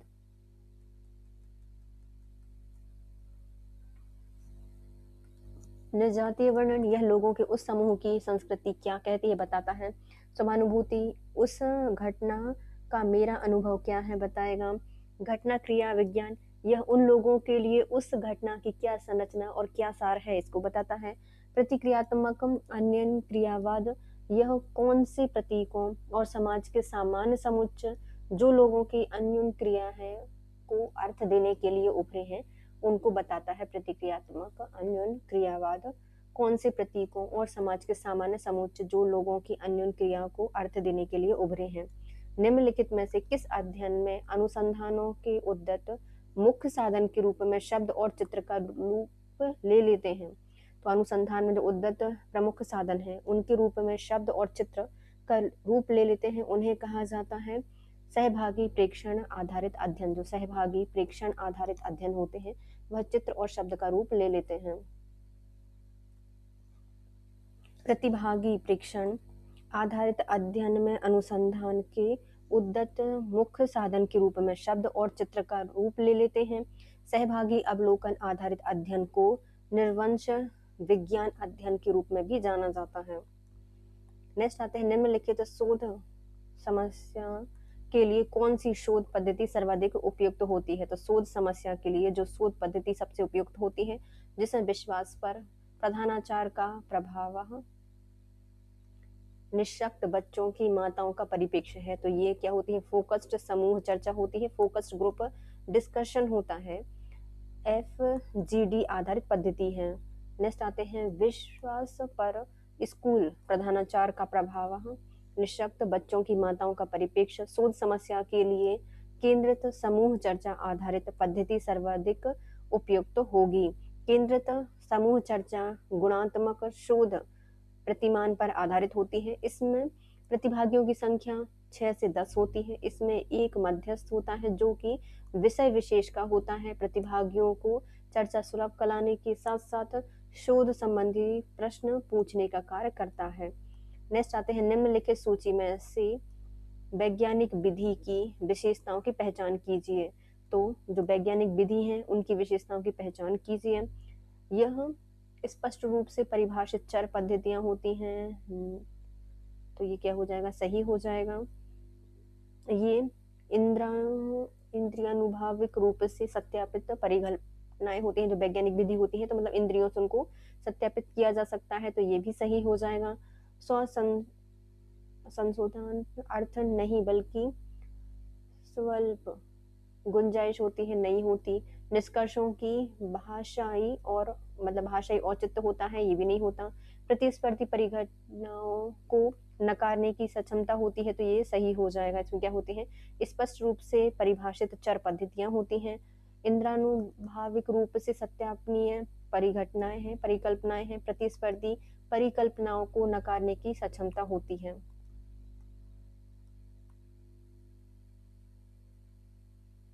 वैज्ञानिक शोध विधि की प्रमुख विशेषताएं होती हैं। इसमें चर प्रविधियां सुपरिभाषित होती हैं। इसमें इंद्रियानुभाविक रूप से सत्यापनीय परिघटनाएं होती हैं, अर्थात इनके परिणामों को दोहराया जा सकता है। ये प्रतिस्पर्धी परिकल्पनाओं को नकारने में सक्षम होती हैं। नेक्स्ट आते हैं निर्माणात्मक मूल्यांकन की क्षमता में सुधार के लिए निम्नलिखित में कौन सा शोध स्वरूप औचित होता है? तो निर्माणात्मक जो मूल्यांकन होती है, इसकी क्षमता में सुधार करने के लिए जो शोध स्वरूप यथोचित होता है, उसका कहा जाता है क्रियात्मक शोध। निर्माणात्मक मूल्यांकन की क्षमता में सुधार के लिए शोध की क्रियात्मक शोध स्वरूप यथोचित होता है। क्रियात्मक शोध दो शब्दों से मिलकर बना होता है, जिसमें पहला शब्द होता है क्रियात्मक, जिसका अर्थ होता है करना, और दूसरा शब्द होता है शोध अनुसंधान, जिसका अर्थ होता है विश्लेषण करना। क्रियात्मक संशोधन का अर्थ होता है करके सीखने से भी है। यह एक चक्रीय प्रक्रिया है जो कि सतत रूप से चलती रहती है। क्रियात्मक शोध एक सतत प्रक्रिया है जो कि चलती रहती है। नेक्स्ट आते हैं इंद्रानुभाव शोध में निम्नलिखित में से कौन सी विधि का प्रयोग किया जाता है जिनको हम इंद्रियों से अनुभव कर सकते हैं? तो उसमें किया जाता है वैज्ञानिक विधियों का प्रयोग। इंद्रियानुभव शोध में वैज्ञानिक विधि का प्रयोग किया जाता है। इंद्रियानुभव या अनुभवजन शोध अनुभव और प्रेक्षणों पर आधारित होते हैं। यह एक समक आधारित शोध है जिसके निष्कर्षों को सत्यापित किया जा सकता है। नेक्स्ट आते हैं निम्नलिखित में से कौन सा अनुसंधान किसी दिए गए क्षेत्र में ज्ञान के कोश में वृद्धि करता है? तो दिए गए ज्ञान के कोश में वृद्धि करेगा, उसे कहा जाता है मौलिक अनुसंधान।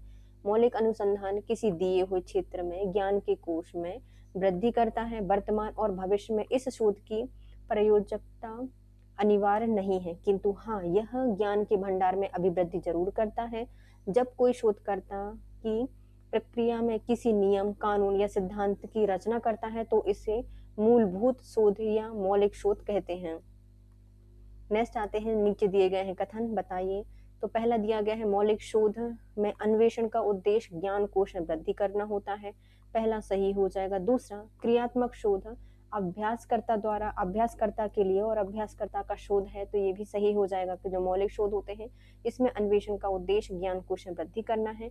क्रियात्मक शोध अभ्यासकर्ता द्वारा अभ्यासकर्ता के लिए और अभ्यासकर्ता का शोध होता है, पहला कथन सही हो जाएगा। मौलिक शोध में अन्वेषण का उद्देश्य पूर्वानुमान में है, यह किसी व्यवहारिक प्रयोग के लिए उपयोगी भी हो सकता है और नहीं भी। कथन दूसरा भी सत्य है क्योंकि क्रियात्मक शोध की आवश्यकता समस्या को जानने, तीव्रता और प्रभावी रूप से दूर करने में है। क्रियात्मक शोध शब्द कुट्स लेविन के द्वारा 1940 में प्रयोग किया गया था। क्रियात्मक शोध एक चक्रीय प्रक्रिया है जिसमें योजना, क्रिया, निरीक्षण और चिंतन होता है। पहले हम चिंतन बनाएंगे तो मतलब पूरी चक्रीय है, तो चिंतन होगी, योजना बनाएंगे, उसकी क्रिया करेंगे और उसका निरीक्षण किया जाएगा। फिर दिए गए हैं कथन पहला और दूसरा।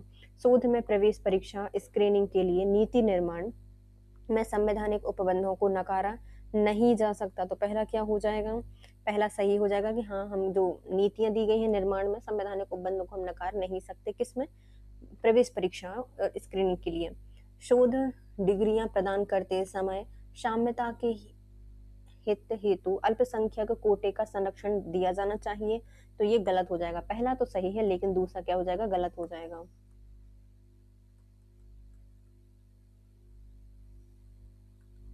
शोध में प्रवेश परीक्षा स्क्रीनिंग के लिए नीति निर्माण में संवैधानिक उपबंध अत्यंत महत्वपूर्ण कारक होते हैं।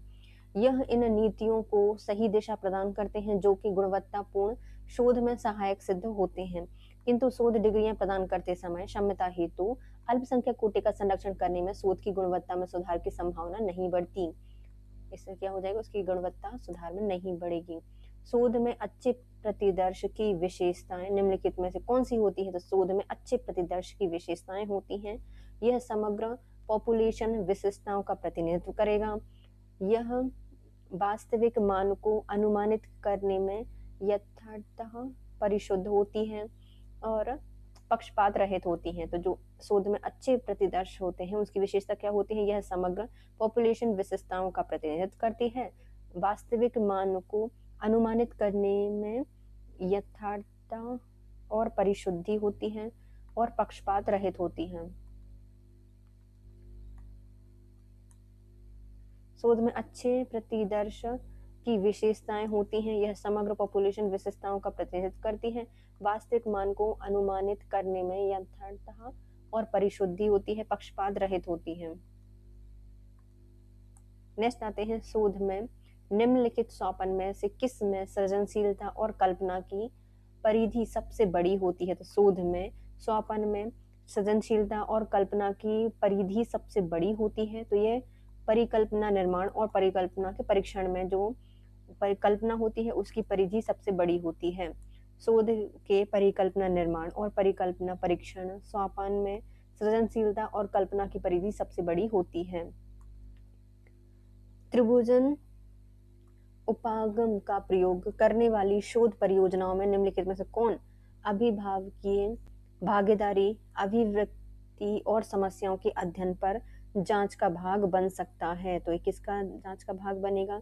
इसमें साक्षात्कार होता है, प्रेक्षण किया जाता है और जो हमारे केंद्र समूह चर्चा होती है वो की जाती है। किसी भी त्रिभाजन में जो त्रिभुजन में होती है उसमें अभिभावकीय भागीदारी, अभिव्यक्ति की समस्याओं के अध्ययन पर जांच करने के लिए साक्षात्कार, प्रेक्षण और केंद्रित समूह चर्चा होती है।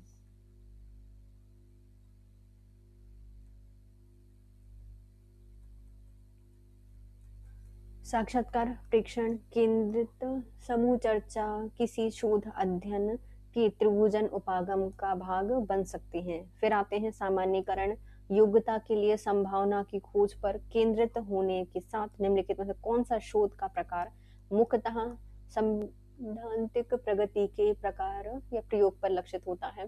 शोध का एक प्रमुख प्रकार जो कि सैद्धांतिक प्रगति के प्रयोग पर आधारित होता है उसका नाम है अनुप्रयुक्त शोध।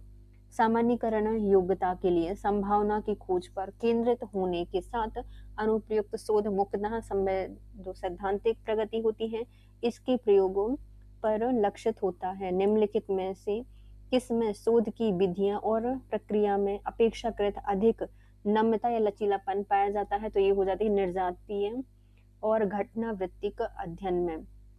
शोध की विधियां और प्रक्रिया में अपेक्षाकृत अधिक नम्यता लचीलापन पाया जाएगा निर्जातीय घटनावृत्तिक अध्ययन में। निर्जातीय शोध और घटनावृत्तिक शोध अध्ययन शोध की विधियां और प्रक्रिया में शोधकर्ता को अपेक्षाकृत अधिक नम्यता लचीलापन पाया जाता है।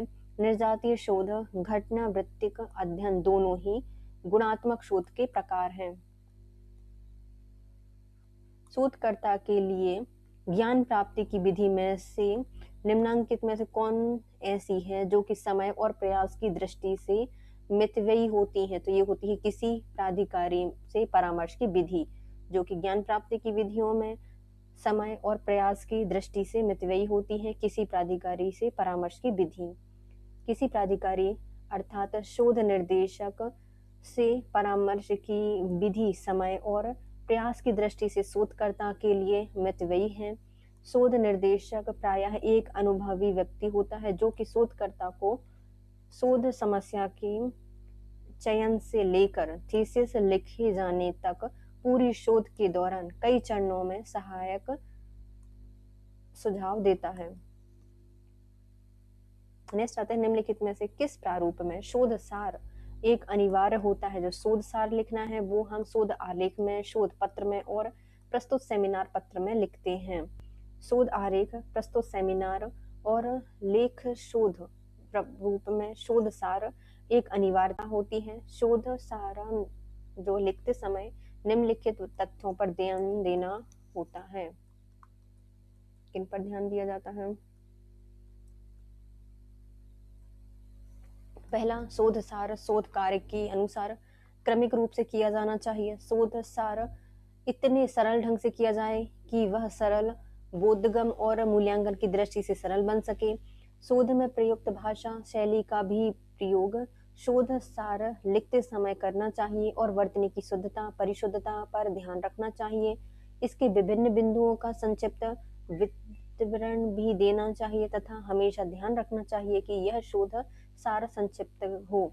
ग्राफ, तालिका, चित्र, तुलनात्मक चार्ट इत्यादि को शामिल नहीं करना चाहिए। नेक्स्ट आते हैं, निम्नलिखित शोध अध्ययन में से किस में सामान्यीकरण की शिक्षण की अपेक्षा व्याख्या और अर्थ पर अधिक ध्यान दिया जाता है? तो मुख्यतः ऐतिहासिक अध्ययन पर, दर्शन का अध्ययन करने पर, और जो निर्जातीय अध्ययन है इसमें व्याख्या और अर्थ पर अधिक ध्यान देते हैं। किसमें? ऐतिहासिक शोध, दार्शनिक शोध और निर्जातीय अध्ययन में। ऐतिहासिक शोध अध्ययन, दार्शनिक शोध अध्ययन और निर्जातीय शोध अध्ययन में सामान्यीकरण के निरूपण की अपेक्षा व्याख्या और अर्थ पर अधिक ध्यान दिया जाता है।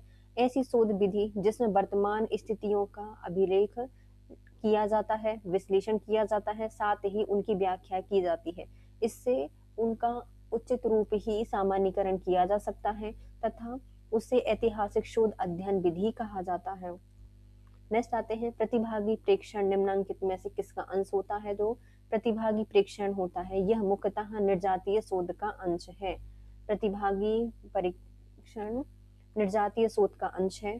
प्रतिभागी प्रेक्षण, इसमें प्रेक्षण व्यक्ति के क्रियाकलापों में स्वयं हाथ बटाता है तथा साथ ही साथ उनके व्यवहारों का प्रेक्षण भी कराया जाता है।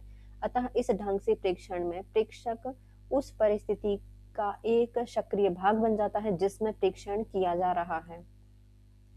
नेक्स्ट आते हैं, ऐसे शोध अध्ययन को जिसमें शोधकर्ता को प्रायोगिक और प्लेसिबो समूह की पहचान की जानकारी नहीं होती उसे क्या कहा जाता है? इसे कहा जाता है डबल ब्लाइंड। ऐसे अध्ययन जिसमें शोधकर्ता को प्रायोगिक और प्लेसिबो समूह की पहचान की जानकारी नहीं होती उसे डबल ब्लाइंड कहा जाता है।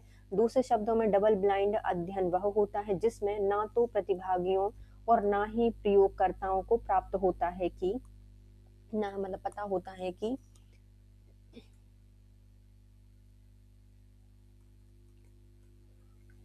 विशेष उपचार प्राप्त कर रहा है। यह प्रक्रिया अनुसंधान परिणामों के पूर्वाग्रहों को रोकने के लिए उपयोग की जाती है। डबल ब्लाइंड अध्ययन विशेष रूप से मांग विशेषताओं और प्लेसिबो प्रभाव के कारण पूर्वाग्रहों को रोकने के लिए उपयोगी है। एकल ब्लाइंड अध्ययन में प्रयोगकर्ता को पता होता है कि प्रतिभागियों को उपचार प्राप्त हो रहा है जबकि प्रतिभागी अनजान है। नेक्स्ट आते हैं, शोध में विश्वसनीयता मापन प्रक्रिया की वह गुणवत्ता जो प्रदान करती है। तो यह आवृत्ति परकता और परिशुद्धता। शोध में विश्वसनीय मापन प्रक्रिया जिसमें वह गुणवत्ता है जो प्रदान करती है अभिवृत्ति परकता और परिशुद्धता। शोध में विश्वसनीयता मापन प्रक्रिया की वह गुणवत्ता है जो कि उसे आवृत्ति परकता और परिशुद्धता प्रदान करती है। सरल अर्थों में विश्वसनीयता से तात्पर्य प्राप्तांकों की परिशुद्धता से होता है और वैज्ञानिक अर्थों में विश्वसनीयता से तात्पर्य प्राप्तांक की संगति से होता है जो उसे पूर्वोत्पादकता के रूप में दिखाई देता है। विश्वसनीयता परीक्षण का आत्मसह संबंध होता है। विश्वसनीय परीक्षण का क्या होता है? आत्मसह संबंध होता है। वह समय सीमा जिसमें एक अध्ययन एक स्थिति या समस्या की छानबीन करता है क्या कहलाती है? उसे कहा जाता है संदर्भ अवधि। संदर्भ अवधि वह समय सीमा होती है जिसमें एक स्थिति समस्या की छानबीन करता है। दूसरे शब्दों में संदर्भ अवधि वह समय अंतराल होता है जो एक अध्ययन किसी घटना, स्थिति, घटना, समस्या आदि का अन्वेषण करता है। उन दृष्टि में अध्ययन को निम्न प्रकार से वर्गीकृत किया जाता है जैसे पूर्व प्रभावी,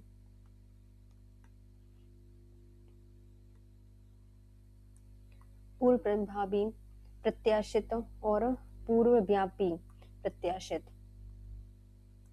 नेक्स्ट आते हैं, शोध की वैज्ञानिक विधि की विशेषताएं क्या होती हैं? जो शोध की वैज्ञानिक विधि होती है इनकी विशेषता होती है इसमें अनुभववाद होता है, वस्तुनिष्ठता होती है, सुव्यवस्थित होते हैं और भविष्य सूचक होते हैं। ये है ना। शोध की वैज्ञानिक विधि की निम्न विशेषताएं होती हैं, अनुभववाद होता है, सुव्यवस्थित होती है, वस्तुनिष्ठता होती है, भविष्य सूचक होते हैं, वैधता होती है, तर्क संगत होते हैं और पुनरावृत्ति भी इसमें पाई जाती है। किसी प्रश्न या समस्या को क्रमबद्ध वस्तुनिष्ठ ढंग से सुलझाने की क्रिया को ही वैज्ञानिक शोध कहा जाता है। दूसरे शब्दों में वैज्ञानिक विधि का तात्पर्य उन विधियों से होता है जिनके माध्यम से व्यवस्थित रूप से किसी समस्या का निराकरण करने का प्रयास किया गया है।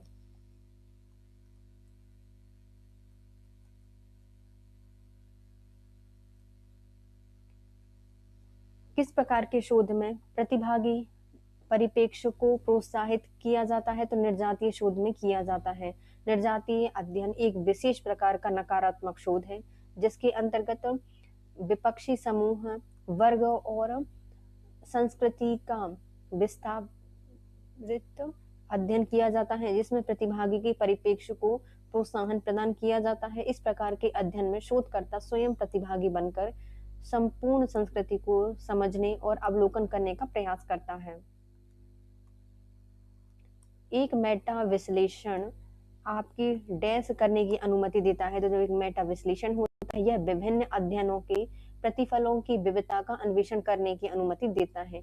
एक मेटा विश्लेषण आपको विभिन्न अध्ययनों के प्रतिफलों की विविधता का अन्वेषण करने की अनुमति देता है। अर्थात एक मेटा विश्लेषण एक सामान्य विषय पर कई शोध अध्ययनों की एक विश्लेषणात्मक समीक्षा होती है। यह वैज्ञानिक अनुसंधान सांख्यिकीय निष्कर्षों पर आधारित होता है, लेकिन इस अध्ययन में अक्सर नमूना आकार द्वारा सीमित होते हैं क्योंकि किसी भी प्रोजेक्ट के दौरान केवल संभव डेटा का एक छोटा सा नमूना इकट्ठा किया जा सकता है। अर्थात मेटा विश्लेषण का उद्देश्य कई अध्ययनों के निष्कर्षों को मिलाकर इस कठिनाई को दूर करना है। फिर आते हैं अनुदैर्ध्य अध्ययन एक प्रकार के होते हैं। तो जो अनुदैर्ध्य अध्ययन होते हैं एक प्रकार के विकासात्मक अध्ययन है। अनुदैर्ध्य अध्ययन एक शोध डिजाइन होते हैं। इसमें अनुदैर्ध्य सर्वेक्षण पैनल अध्ययन भी कहा जाता है। यह अध्ययन एक प्रकार का विकासात्मक अध्ययन है। विकासात्मक अध्ययन जो एक वैज्ञानिक अध्ययन है वह मनुष्य के जीवन में हो रहे परिवर्तनों के बारे में बताता है। नेक्स्ट आते हैं प्रत्यक्षवाद और उत्तर प्रत्यक्षवाद शोध के उपागम। तो प्रत्यक्षवाद और उत्तर प्रत्यक्षवाद शोध के उपागम क्या होंगे? तो पूर्व व्यापी अध्ययन निम्नलिखित में से किससे संबंधित होता है? तो ये जीवन संबंधी शोध से संबंधित होता है। पूर्व व्यापी अध्ययन का संबंध होता है जीवन संबंधी शोध से। पूर्व व्यापी कोहर्ट अध्ययन एक जीवन संबंधी शोध है जिससे ऐतिहासिक शोध अध्ययन भी कहा जाता है। इसे प्रायः चिकित्सा मनोवैज्ञानिक अनुसंधान में प्रयोग किया जाने वाला एक अनुदैर्ध्य कोहर्ट अध्ययन है। इसमें किसी कारक को संक्रमित वाले व्यक्ति के समूह की तुलना समकक्ष व्यक्तियों के दूसरे समूह के साथ की जाती है जिससे यह ज्ञात किया जाता है कि क्या इससे दूसरा समूह प्रभावित हुआ है।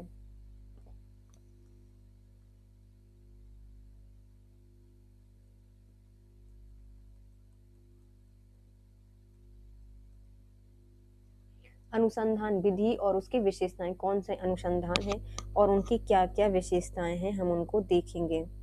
पहले आते हैं अंतर्वस्तु विश्लेषण। किसी भी का अंतर्वस्तु विश्लेषण किया जाएगा, मतलब उसके जो संदर्भ है इकाई उस पर वर्णन किया जा रहा है, उसकी विशेषता होती है। सामाजिक नेटवर्क विश्लेषण नाप विश्लेषण किया जाता है। इसमें द्विकीय संबंधों पर बल दिया जाता है। समाज नेटवर्क मतलब दो किनारे चुने गए तो द्विकीय संबंधों पर बल दिया जाएगा।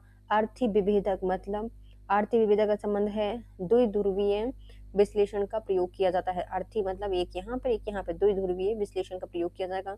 मेटा विश्लेषण यह क्या संक्षेपण से संबंधित है, इसकी क्या होती है विशेषता? संक्षेपण होता है इसमें। तो अनुसंधान और उसकी विशेषताएं। अंतर्वस्तु विश्लेषण यह संदर्भ इकाई होती है। इसमें सामाजिक नेटवर्क नात विश्लेषण यह द्विकीय संबंधों पर बल देता है। आर्थिक विभेदक यह द्विध्रुवीय विश्लेषण का उपयोग करता है। मेटा विश्लेषण यह संक्षेपण से संबंधित है। मेटा विश्लेषण का संबंध किससे है? संक्षेपण से संबंधित है। निम्नलिखित में कौन सी त्रुटियां सर्वेक्षण शोध में होती हैं, तो ऐसी त्रुटियां जो कि सर्वेक्षण शोध से संबंधित हैं वो होती हैं प्रतिदर्श त्रुटियां, डेटा संग्रह की त्रुटियां और डेटा प्रक्रम त्रुटियां।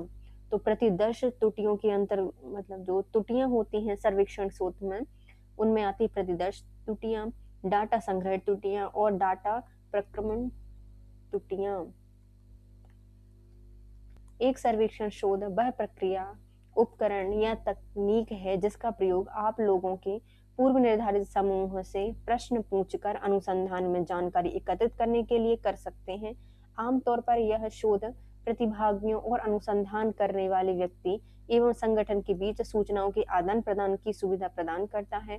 शोध के प्रकार और अंत में जिस प्रकार का डाटा इकट्ठा किया जाता है उसके आधार पर सर्वेक्षण के तरीके गुणात्मक और मात्रात्मक हो सकते हैं। प्रतिदर्श त्रुटियां एक सांख्यिकीय शब्द है जो कि उस सटीकता को मापता है जिसके साथ प्रतिदर्श वितरण मानक विचलनों का प्रयोग करके जनसंख्या का प्रतिनिधित्व करता है। डाटा संग्रहण त्रुटियां सही व्यक्ति तथा अवधारणाओं को खराब तरीके से शोध करने, मापने की बजाय गलत व्यक्ति और अवधारणा पर शोध करने और मापने के बारे में होता है। डाटा शोध करने, मापन करने की बजाय गलत व्यक्ति और अवधारणा पर शोध करना और मापन करने के बारे में है। डाटा प्रक्रम विधि में उपयोग किए जाने वाले डेटा में त्रुटि होती है।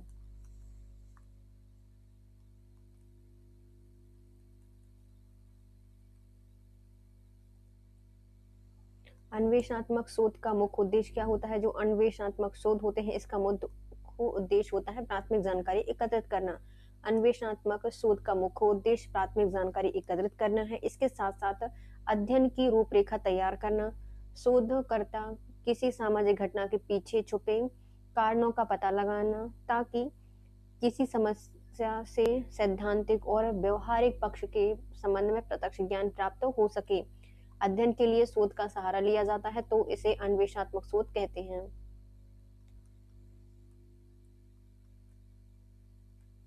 नेक्स्ट दिए गए हैं हमें शोध परिप्रेक्ष्य और उससे संबंधित विषय। जो शोध परिप्रेक्ष्य है उसके संबंध में विषय बताने हैं। पहला है संवृत्ति शास्त्र। जो संवृत्ति शास्त्र है इसमें अध्ययन किया दर्शन शास्त्र का किसका अध्ययन किया जाता है? दर्शन शास्त्र का अध्ययन किया जाता है। नेक्स्ट आता है निर्जातीय वर्णन। इसमें अध्ययन किया जाता है मानव विज्ञान का। इसका अध्ययन किया जाता है इसमें मुख्यतः अध्ययन किया जाता है मानव विज्ञान का। जो निर्जातीय प्रणाली विज्ञान है इसमें अध्ययन किया जाता है समाजशास्त्र का। और जो प्रतीकात्मक अंश क्रियावाद है इसमें अध्ययन किया जाता है समाज मनोविज्ञान का। किसका? समाज मनोविज्ञान का किया जाता है, सामाजिक मनोविज्ञान का। शोध परिप्रेक्ष्य और उसके विषय। तो संवृत्ति शास्त्र में अध्ययन किया जाता है दर्शन शास्त्र का।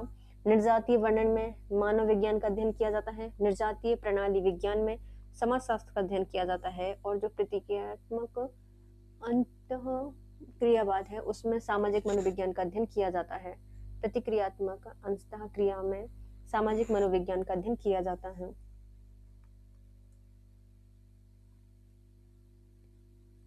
निम्नलिखित में से किसमें स्नोबॉल प्रतिचयन विधि का प्रयोग किया जाता है? तो स्नोबॉल प्रतिचयन विधि है ये निर्जातीय शोध में प्रयोग किए जाते हैं। किसमें की जाती है? निर्जातीय शोध में प्रयोग की जाती है। स्नोबॉल प्रतिचयन विधि का प्रयोग निर्जातीय शोध में किया जाता है।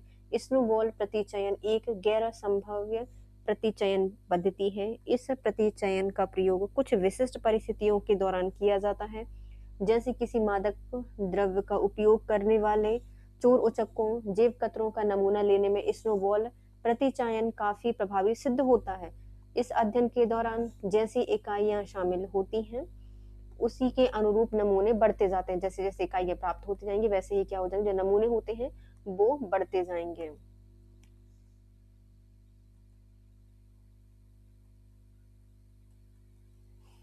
नेक्स्ट आते हैं शोध क्रिया विधि और उनके उपागम धारणाएं। जो शोध की क्रिया विधि है, कार्य विधि है, उनको हमें किससे बतानी है? उनकी अवधारणा उपागम को बताना है। स्रोत आलोचना। स्रोत आलोचना में जो सूचना है उसके उद्गम की गुणवत्ता का मूल्यांकन किया जाता है। तो शोध आलोचना में सूचना के उद्गम की गुणवत्ता की मूल्यांकन प्रक्रिया होती है। प्रत्यक्षवाद के अंतर्गत मानवीय हित अप्रासंगिक होते हैं। प्रत्यक्षवाद में मानवीय हित अप्रासंगिक होते हैं। निर्वचनवाद जो प्रक्रिया होती है इसमें प्रेक्षक किए जा रहे प्रेक्षण का एक भाग होता है। तो निर्वाचनवाद में प्रेक्षक किए गए प्रेक्षण का एक भाग होता है। पार्श्व प्रत्यक्षवाद इसका संबंध है वास्तविकता को निश्चितता पूर्वक नहीं माना जा सकता। पार्श्व प्रत्यक्षवाद का संबंध वास्तविकता को निश्चितता पूर्वक नहीं माना जा सकता।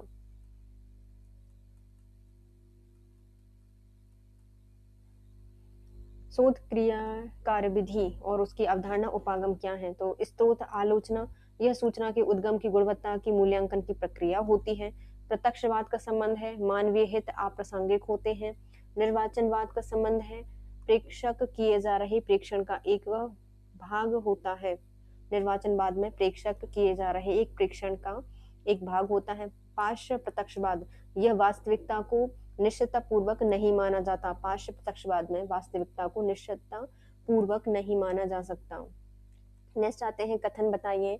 पहला कथन कहता है कि ओपन एंडेड प्रश्न के लिए उत्तरदाता लंबाई के बंधन से रहित अपने उत्तर लिख सकता है। पहला सही हो जाएगा।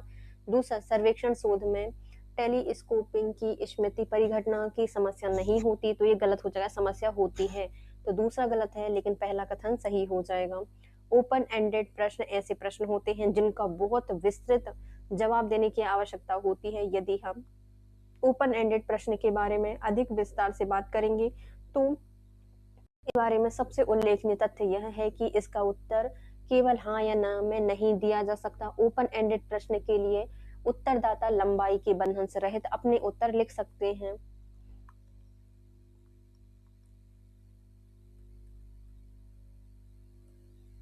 उदाहरण, आप 5 वर्षों में कहाँ होना चाहते हैं? सर्वेक्षण शोध मुख्यतः विचारों, मत और भावनाओं के आकलन को कहा जाता है। सर्वेक्षण शोध में टेलीस्कोपिंग की स्मृति परिघटनाओं की समस्या होती है, अर्थात पहला कथन सही हो जाएगा, लेकिन जो कथन दूसरा है वो गलत है। सामाजिक विज्ञान के सर्वेक्षण आधारित शोध में जब आप शोध के प्रयोजन के बारे में प्रतिभागियों को कुछ गलत बताने का निश्चय करते हैं तो आप प्रयोग कर रहे हैं सक्रिय कपट का सक्रिय कपट का प्रयोग कर रहे हैं।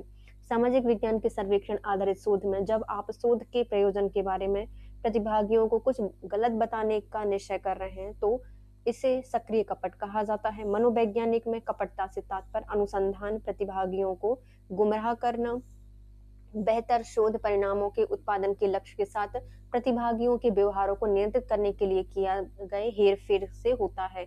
मनोविज्ञान में कपटता के 2 प्रकार होते हैं। सक्रिय कपटता जो कि प्रत्यक्ष कपटता कहलाती है, दूसरी होती है निष्क्रिय अप्रत्यक्ष कपटता। सक्रिय कपटता से तात्पर्य प्रत्यक्ष रूप से अनुसंधान प्रतिभागियों को जानबूझकर गलत जानकारी प्रदान करना है। निष्क्रिय कपटता से तात्पर्य शोधकर्ता प्रतिभागियों को प्रयोग के बारे में जानकारी का खुलासा नहीं करते। नेक्स्ट आते हैं कथन दिए गए हैं। कथन पहला कहता है कि सर्वेक्षण शोध में उन जवाबदाताओं को बड़ी संख्या में प्रति चयन का लाभ होता है जिनका शोध के लिए चयन किया गया है। तो पहला क्वेश्चन क्या हो जाएगा? पहला कथन सही हो जाएगा। दूसरा, अपने स्वयं के सर्वेक्षण का प्रबंधन करने वाले शोधकर्ताओं के समक्ष स्वयं द्वारा इसे करने को छोड़कर अनेक विकल्प नहीं होते, तो ये गलत हो जाएगा, बल्कि बहुत सारे विकल्प होते हैं। तो पहला सही है लेकिन दूसरा गलत हो जाएगा। सर्वेक्षण शोध में उन जवाबदाताओं की बड़ी संख्या में प्रति चयन का लाभ होता है जिसका शोध के लिए चयन किया जाता है। अपने स्वयं के सर्वेक्षण का प्रबंधन करने वाले शोधकर्ताओं के स्वयं द्वारा इसे करने को छोड़कर अनेक विकल्प होते हैं। विकल्प जो कथन पहला है वो सत्य हो जाएगा, दूसरा कथन गलत हो जाएगा। मानव जाति अनुसंधान में अनुसंधानकर्ता अपने आप को निम्नलिखित में से किसकी एक समय अवधि के लिए सम्मिलित करता है? तो मानव जाति अनुसंधान में जो शोध करता है वो अपने आप को किसकी समय अवधि में सम्मिलित करता है? तो वो खुद को सामाजिक परिवेश में सम्मिलित करता है।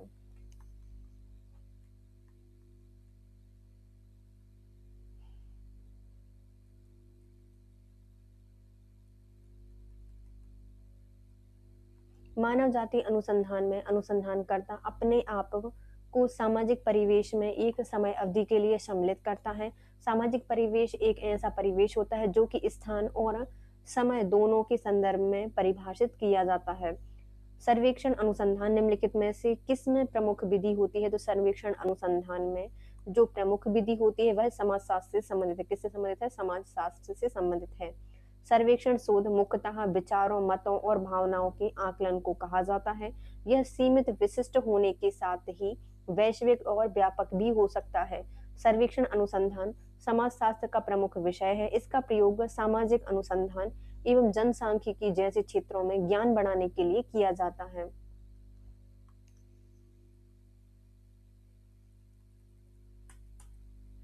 सामाजिक अनुसंधान की विधियां निम्नलिखित में से किससे विभिन्न दृष्टियों से सीधी जुड़ी होती हैं? तो समाज यथार्थ से जुड़ी होती हैं। सामाजिक अनुसंधान की विधियां सामाजिक यथार्थ से विभिन्न दृष्टियों से जुड़ी होती हैं, सीधी जुड़ी होती हैं। सामाजिक यथार्थ से तात्पर्य समाज से संबंधित किसी भी घटना क्रम का ज्यों का त्यों चित्रण होता है। शोध करने के एक उपागम जिसमें कोई अनुसंधानकर्ता वास्तविक तरीके से व्यवहार अध्ययन के क्रम में किसी रुचि अनुरूप एक परिवेश निर्मित करता है। यह किससे संबंधित होता है? तो यह उसके अनुरूपण समूलेशन से संबंधित होता है। शोध करने का एक उपागम जिसमें कोई अनुसंधानकर्ता वास्तविक तरीके से व्यवहार अध्ययन के क्रम में किसी रुचि अनुरूप एक परिवेश निर्मित करता है, उसे अनुरूपण सिमुलेशन कहा जाता है। अनुरूपण सिमुलेशन शोध करने का एक उपागम है जिसमें कोई शोधकर्ता अपने वास्तविक तरीके से व्यवहार अध्ययन के क्रम में किसी रुचि अनुरूप एक परिवेश निर्मित करता है।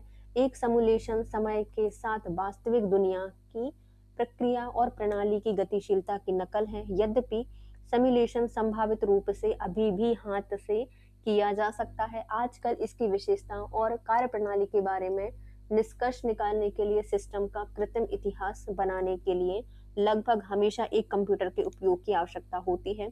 सिमुलेशन मॉडल का निर्माण करके सिस्टम के व्यवहार का अध्ययन किया जाता है, जो आमतौर पर सिस्टम के कामकाज के बारे में मान्यताओं के एक सेट का रूप लेता है। एक बार विकसित होने के बाद एक सिमुलेशन मॉडल का उपयोग विभिन्न प्रकार के कार्यों के लिए किया जाता है। उन नियमों के बारे में बताइए जिनका किसी प्रश्नावली हेतु प्रश्नों को बनाते समय आप पालन करेंगे। तो यदि हम किसी प्रश्न को बनाएंगे तो हमें कौन कौन से नियमों का पालन करना पड़ेगा? पहले तो वो क्या होने चाहिए? प्रश्नों में द्विअर्थ पदों से हमें बचना चाहिए। दूसरा, लंबे प्रश्नों से बचना चाहिए। तीसरा, कुछ प्रमुख प्रश्नों को पूछेंगे ही गलत हो जाएगा। डबल बैरल प्रश्नों से बचना चाहिए तो ये सही हो जाएगा। और बहुत विशिष्ट प्रश्नों से बचेंगे तो गलत हो जाएगा। विशिष्ट तो पूछने पड़ेंगे, मुख्य भी पूछने पड़ेंगे, लेकिन हम डबल बैरल का प्रयोग नहीं करेंगे। लंबे प्रश्न से बचेंगे और जो द्विअर्थी पद है उनसे भी बचने की कोशिश करेंगे।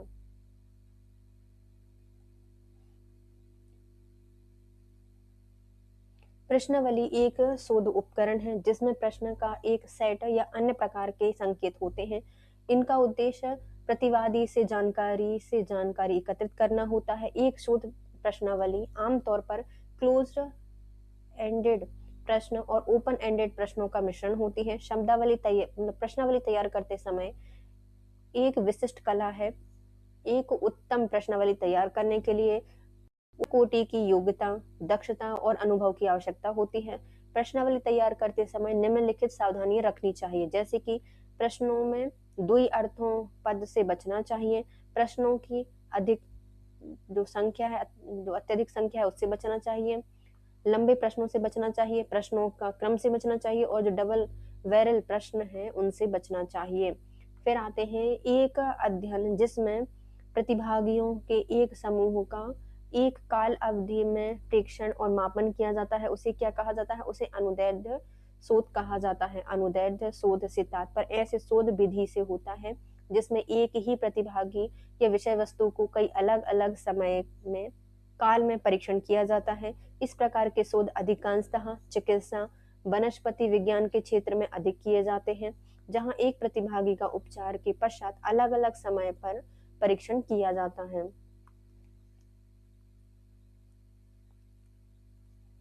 उत्तर प्रत्यक्षवादी के अनुसार निम्नलिखित में से क्या प्राप्त करना असंभव है? उत्तर प्रत्यक्षवादियों के अनुसार असंभव हो जाएगा वस्तुनिष्ठता। पूर्वानुमेय होता है, अमूर्तन किया जा सकता है और गुणवत्ता परक अभिकथन भी किया जा सकता है, लेकिन वस्तुनिष्ठता नहीं की जाती। प्रत्यक्षवादियों के अनुसार वस्तुनिष्ठता को प्राप्त करना असंभव है। उत्तर प्रत्यक्षवादी वह भी मानते हैं कि वैज्ञानिक कभी भी विषय वस्तुनिष्ठ नहीं होते और अपनी सांस्कृतिक मान्यताओं के कारण पक्षपाती होते हैं। इस अर्थ में शुद्ध वस्तुनिष्ठता प्राप्त नहीं की जा सकती। वस्तुनिष्ठता कोई भौतिक वस्तु न होकर स्वरूप में अमूर्त होती है। वस्तुनिष्ठता का संबंध व्यक्ति के विचारों, भावनाओं और मनोवृत्ति क्षमताओं, योग्यताओं से होता है। वस्तुनिष्ठता एक शक्ति है जिसकी सहायता से व्यक्ति घटनाओं को उनके वास्तविक स्वरूप में दिखाने का प्रयास करता है। उत्तर प्रत्यक्षवाद निम्नलिखित में से किस दर्शन से संबंधित है? जो उत्तर प्रत्यक्षवाद है इसका संबंध है समीक्षात्मक वास्तववाद से। जो उत्तर प्रत्यक्षवाद है इसका संबंध है समीक्षात्मक वास्तववाद से संबंधित है।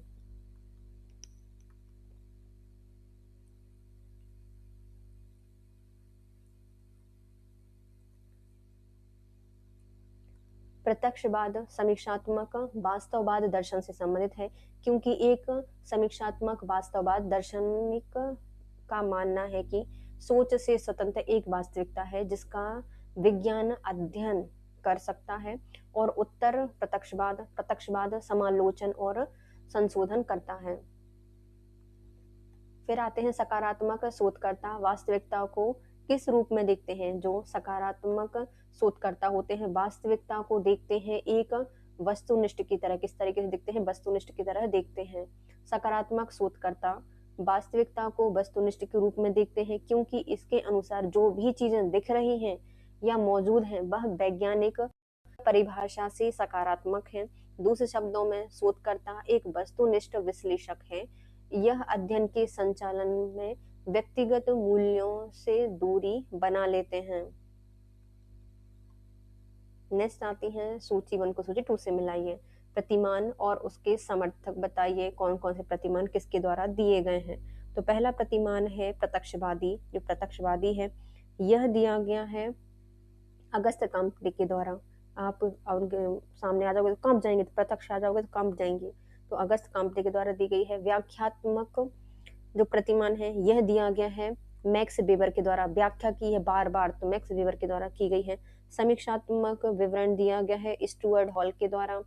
समीक्षा प्रतीक्षा करे हैं बेचारे स्टूडेंट, तो समीक्षात्मक प्रतिमान स्टुअर्ट हॉल के द्वारा दिया गया है। नारीवाद ये दिया गया है एल थॉमसन के द्वारा। नारीवाद दिया गया है एल थॉमसन के द्वारा। प्रत्यक्षवादी अगस्त काम्पटी से संबंधित है। व्याख्यात्मक मैक्स वेबर से संबंधित है। समीक्षात्मक प्रतिमान यह स्टुअर्ट हॉल के द्वारा दिया गया है, और जो नारीवादी है यह एल थॉमसन के द्वारा दिया गया है। नेक्स्ट आते हैं शोध के दौरान जब हम मीमांसात्मक और त्वरित दृष्टिकोण से बचते हैं और प्रेक्षणीय तथ्यों पर ध्यान केंद्रित करते हैं तो निम्नलिखित में से क्या कहा जाता है? तो उसे कहा जाता है निश्चयात्मकता कहा जाता है। जब हम मीमांसात्मक और त्वरित दृष्टिकोण से बचते हैं और प्रेक्षणीय तथ्य पर ध्यान केंद्रित करते हैं तो उसे निश्चयात्मकता कहा जाता है। शोध के दौरान जब हम मीमांसात्मक और त्वरित दृष्टिकोण से बचते हैं और प्रेक्षणीय तथ्यों पर ध्यान केंद्रित करते हैं तो उसे निश्चयात्मकता कहा जाता है। सामाजिक वास्तविकता की खोज का प्रपंचवादी प्रतिमान इस विचार पर आधारित है कि अवलोकन और तर्क के माध्यम से मानव व्यवहार की सबसे अच्छी समझ हासिल की जा सकती है। नेक्स्ट आती है ज्ञान मीमांसा कार्यक्रम के रूप में प्रत्यक्षवाद की विशेषता क्या होती है? जो ज्ञान मीमांसा है इसके संबंध में जो प्रत्यक्षवाद है इसकी विशेषता है कि ये क्या होती है? प्राकृतिक विज्ञान है। क्या है ये? प्राकृतिक विज्ञान है।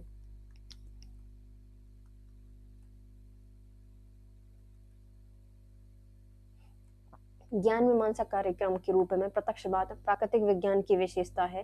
प्रत्यक्षवाद की बुनियादी प्रस्तुति साक्ष्य के तथ्य के बारे में ज्ञान अनुभव के प्रति सकारात्मकता द्वारा प्राप्त होना और तथ्य के संदर्भ में शुद्ध तर्क प्राप्त होना प्राकृतिक विज्ञान के तहत होता है। नेक्स्ट आते हैं, निम्नलिखित में से कौन सा शोध के आधारिक ग्राउंडेड सिद्धांत का परिणाम नहीं है? तो जो आख्या है वह जो शोध के आधारिक ग्राउंडेड सिद्धांत का परिणाम नहीं होती आख्या, जबकि अवधारणा होती है, श्रेणी होती है और परिकल्पना होती है। शोध उस प्रक्रिया अर्थात कार्य का नाम होता है जिसमें बोधपूर्वक प्रयत्न से तथ्यों का संकलन एक सूक्ष्म ग्राही या विवेचक बुद्धि से अवलोकन विश्लेषण करके नए तथ्यों और सिद्धांतों का प्रकाशन किया जाता है। शोध के निम्नलिखित अंग होते हैं। पहला, ज्ञान क्षेत्र की किसी समस्या को सुलझाने की प्रेरणा, प्रासंगिक तथ्यों का संकलन, विवेकपूर्ण विश्लेषण और अध्ययन करना, परिणाम स्वरूप निर्णय करना। अवधारणा, श्रेणी और परिकल्पना शोध के आधारिक सिद्धांतों के परिणाम हैं, जबकि आख्या शोध के परिणामों पर आधारित नहीं होती। शोध क्षेत्र जो शोध है वह ज्ञान के विविध पक्षों में गहन सूक्ष्मता प्रदान करता है। शोध करने हेतु प्रयोग की जाने वाली प्रमुख पद्धतियां इस प्रकार होती हैं। इसमें क्या क्या किया जाता है? पहली सर्वेक्षण पद्धति आती है, आलोचनात्मक पद्धति आती है, समस्यात्मक पद्धति, तुलनात्मक पद्धति, वर्गीय अध्ययन पद्धति, क्षेत्रीय अध्ययन पद्धति और आगमन पद्धति और निर्गम पद्धति इसके अंतर्गत आती है। नेक्स्ट आते हैं, निम्नलिखित में से कौन सा शोध चक्रीय प्रकृति का होता है? तो चक्रीय प्रकृति का होता है क्रियात्मक शोध। क्रियात्मक शोध एक चक्रीय प्रकृति का शोध है। क्रियात्मक शोध वह प्रक्रिया है जिसके द्वारा व्यवहारिक कार्यकर्ता वैज्ञानिक ढंग से अपनी समस्याओं का अध्ययन, अपने निर्णयों और क्रियाओं में निर्देशन, सुधार और मूल्यांकन करते हैं। शिक्षा के क्षेत्र में क्रियात्मक अनुसंधान एक ऐसी विधि है जो कि वर्तमान शिक्षा के क्षेत्र में उत्पन्न समस्याओं का वैज्ञानिक ढंग से अध्ययन करती है। क्रियात्मक शोध की चक्रीय प्रकृति निम्नलिखित है। जैसे दो प्रकार के चक्र होंगे, तो पहले योजना, उससे होगा कार्य, फिर उसका निरीक्षण किया जाएगा, फिर उसका प्रतिबिंब होगा, फिर प्रतिबिंब से क्या होगा, उसको संशोधित योजना बनाई जाएगी, फिर से कार्य किया जाएगा, फिर से निरीक्षण किया जाएगा, फिर से प्रतिबिंबित किया जाएगा, फिर से वो आगे बढ़ जाएगा। ये क्या होती है? चक्रीय शोध विधि है। ये चक्रीय विधि होती है इसमें।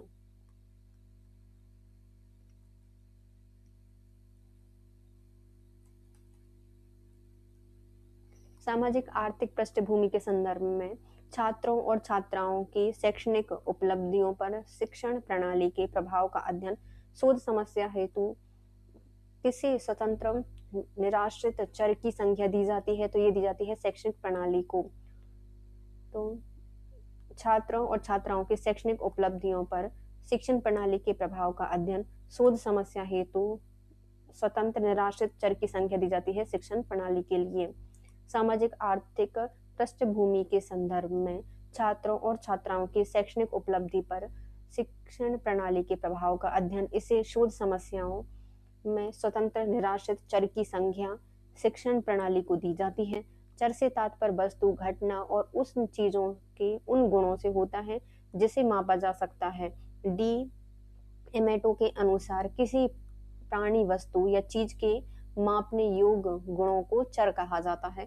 चर मुख्यतः तीन प्रकार के होते हैं: स्वतंत्र चर या निराश्रित चर, दूसरे आश्रित चर और तीसरे होते हैं नियंत्रित चर।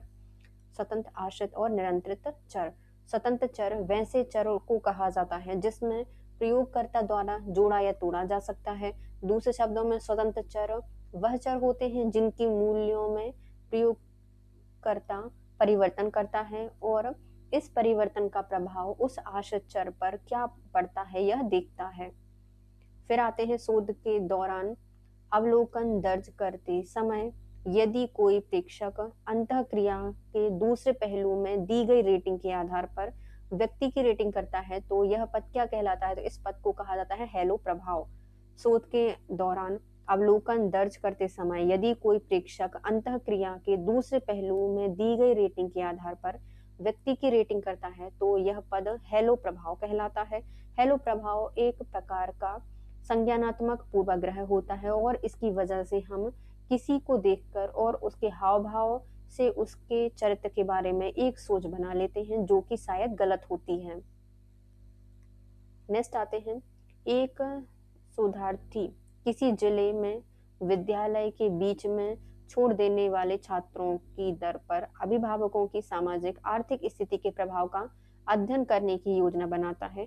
यह किस प्रकार का शोध है? तो यह है एक गैर प्रायोगिक परिकल्पना परीक्षण शोध। एक शोधार्थी किसी जिले में विद्यालय को बीच में छोड़ देने वाले छात्रों के दर पर अभिभावक के सामाजिक आर्थिक स्थिति के प्रभाव का अध्ययन करने की योजना बनाता है। यह एक गैर प्रायोगिक परिकल्पना परीक्षण शोध है। गैर प्रायोगिक परिकल्पना परीक्षण शोध एक ऐसा क्रमबद्ध अनुभव सिद्ध शोध होता है जिसमें वैज्ञानिक शोधकर्ता का स्वतंत्र चरों से कोई सीधा नियंत्रण नहीं रहता, क्योंकि इसकी अभिव्यक्ति पहले ही हो चुकी होती है या वे स्वाभाविक रूप से जोड़ तोड़ के योग्य नहीं होते।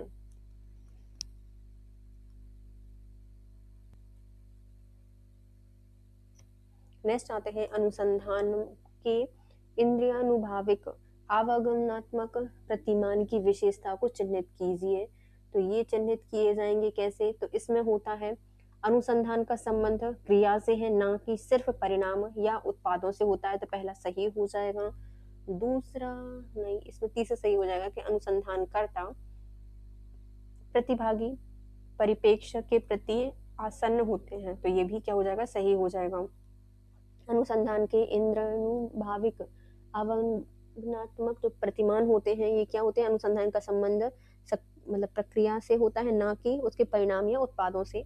अनुसंधानकर्ता प्रतिभागी परिप्रेक्ष्य के प्रति आसन्न होता है। तो ये दोनों ही क्या हो जाएंगे? सही हो जाएंगे। अनुसंधान के इंद्रियानुभाविक आगमनात्मक प्रतिमान की विशेषता अधोलिखित होती है, जैसे अनुसंधान का संबंध प्रक्रिया से है, ना कि सिर्फ परिणामों या उत्पाद से। अनुसंधानकर्ता प्रतिभागी परिप्रेक्ष्य के प्रति आसन्न होते हैं। नेक्स्ट है हमारा शोध पद्धतियां, उनका प्रयोगात्मक प्रक्रिया शोध, जिसको हम पढ़ेंगे नेक्स्ट वीडियो में। तब तक के लिए bye guys. If you like my video, please share, subscribe and comment. Bye friends, have a nice day.